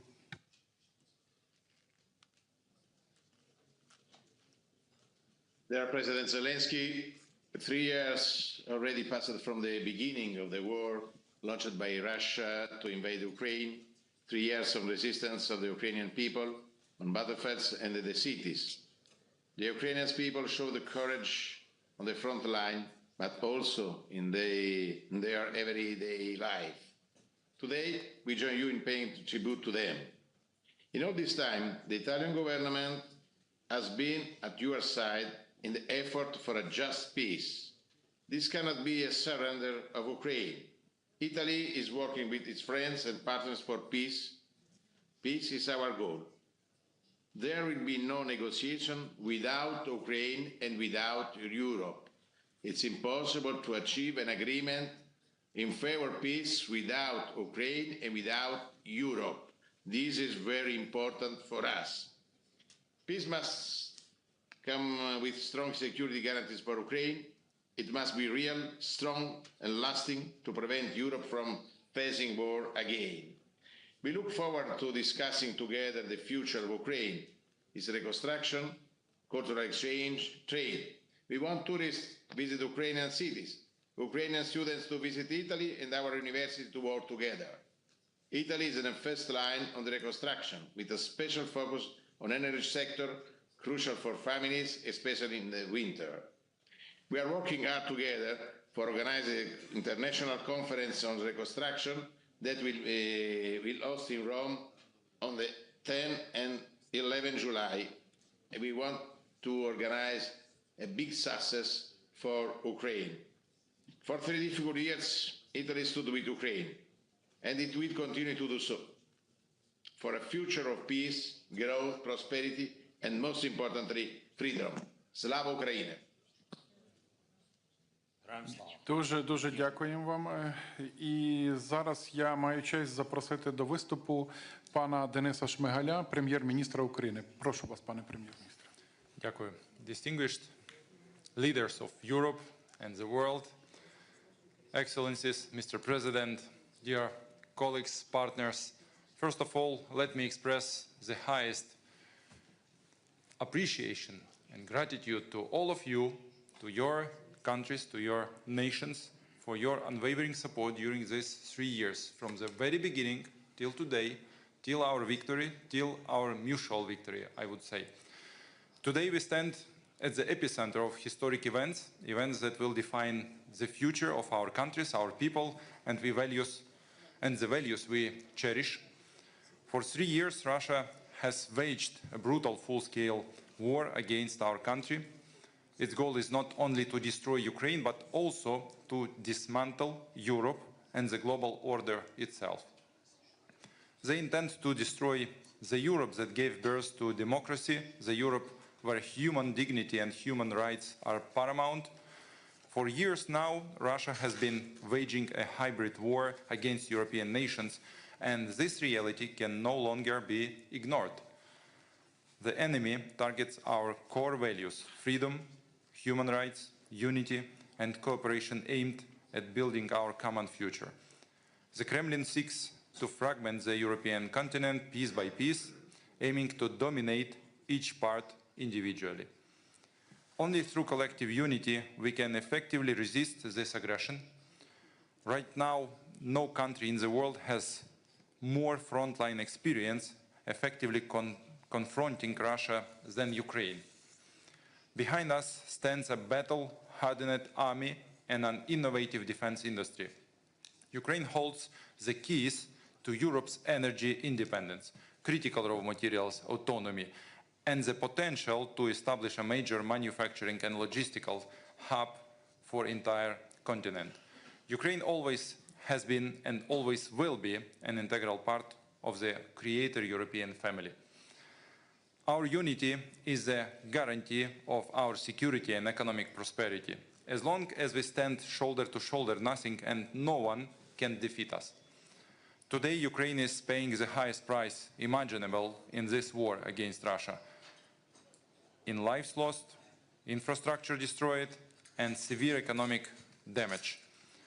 With our resistance, we have bought Europe valuable time. Time to unify, time to act decisively, and time to implement concrete measures to safeguard the continent from catastrophe. We cannot afford to waste this opportunity. Even years ago, when Russia annexed Crimea and started war in Donbass, many saw it merely as passing clouds in an otherwise clear sky. Today, a massive storm of war rages at the heart of Europe, a storm that could at any moment move further west. That is why now is the moment for decisive and unified action to protect European security. Ukraine is already doing everything possible to defend our shared home, and we will continue to do so. We trust that Europe and the entire international community will respond with courage to this defining moment through decisive actions visionary leadership and unwavering solidarity. It's time for a strong, united Europe, a Europe in which a strong Ukraine takes its rightful place. Thank you for your support. Thank you for your participation in today's forum. Slava Ukraini! Thank you. Дякую вам, шановний пане прем'єр-міністре. Тепер я запрошую до виступу його високоповажність пана Петера Кмеца, віце-прем'єр-міністра із відновлення, стійкості та використання єврофондів Словаччини.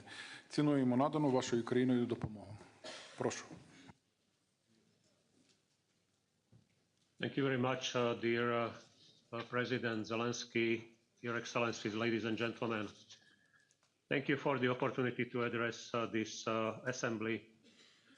In recent years, Europe has witnessed a total war that was not experienced in many decades.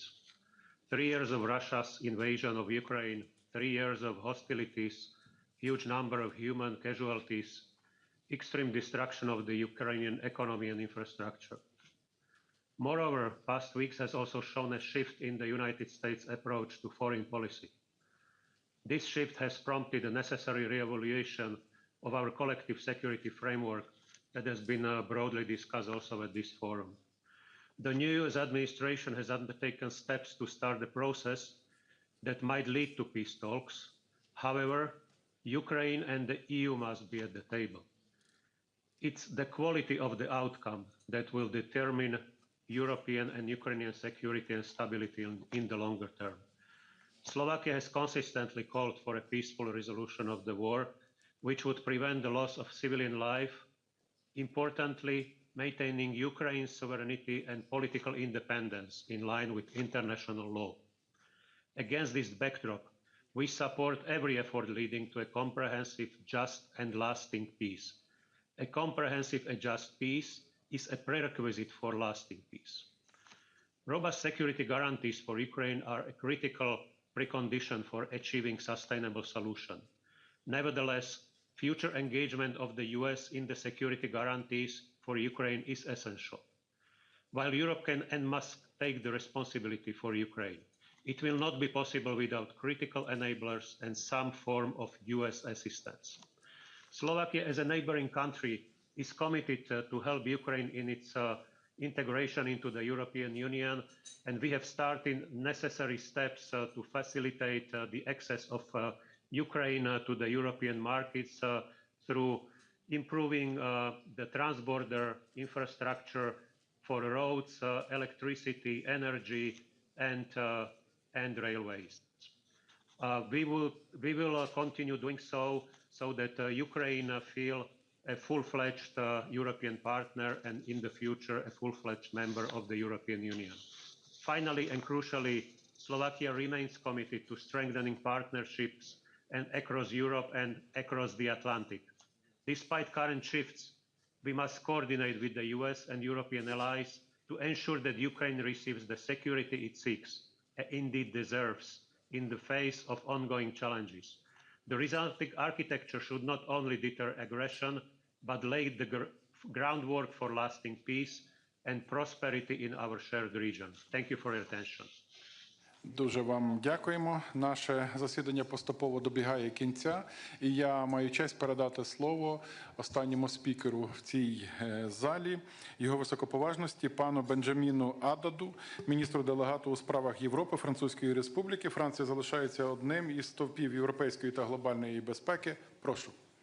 Thank you, Mr. President, Excellencies, dear friends. It's an honor to be here today with the Ukrainian people. It's an honor to be speaking alongside the brave soldiers of Ukraine. 3 years ago, Europe woke up from its vacation from history. A permanent member of the Security Council, Russia, chose to attack a sovereign and independent country, Ukraine, which in no way threatened it. After illegally occupying part of Ukraine's territory, after occupying it since 2014, by attacking Ukraine on a full scale in February 2022, Russia blatantly violated once again the principles of international law that we have been building together since 1945. Since February 24th, 2022, the whole world has witnessed the courage and the resistance of the Ukrainian people. the strength and determination with which Ukrainian men and women defend their country, their history, their culture, commands our admiration. By doing so, Ukrainians are protecting the security of Europeans. We now have an essential role to play in the search for a just, solid, and lasting peace to resolve this war which so dangerously affects European security.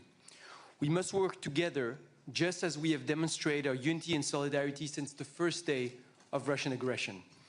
Europeans will take their responsibilities for the emergence of a strong and prosperous Ukraine and for ensuring security in Europe in the long term. France will continue to do so, as it has demonstrated over the last few weeks in close coordination with our main partners. The coming weeks will be crucial for the future of Ukraine and the European continent. While Russia shows no openness to concessions, we fully support the peaceful strength approach. To that end, now more than ever, it's crucial that we continue to support Ukraine. This, of course, includes strengthened military aid. And in this regard, France continues to play its full part, having recently sent Ukraine Mirage 2005 aircraft and completed the training and equipping of a full brigade of the Anne of Kiev brigade. To meet Ukraine's military, economic, financial, and humanitarian needs, and to support Ukrainian refugees on their territory, the European Union and its member states have spent together more than 135 billion euros, more than any other partner. We must also step up our effort to increase the pressure on Russia and the third country entities supporting its war effort.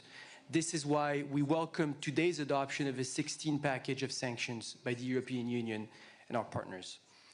As a sovereign state, Ukraine must be free to choose its own alliances and destiny.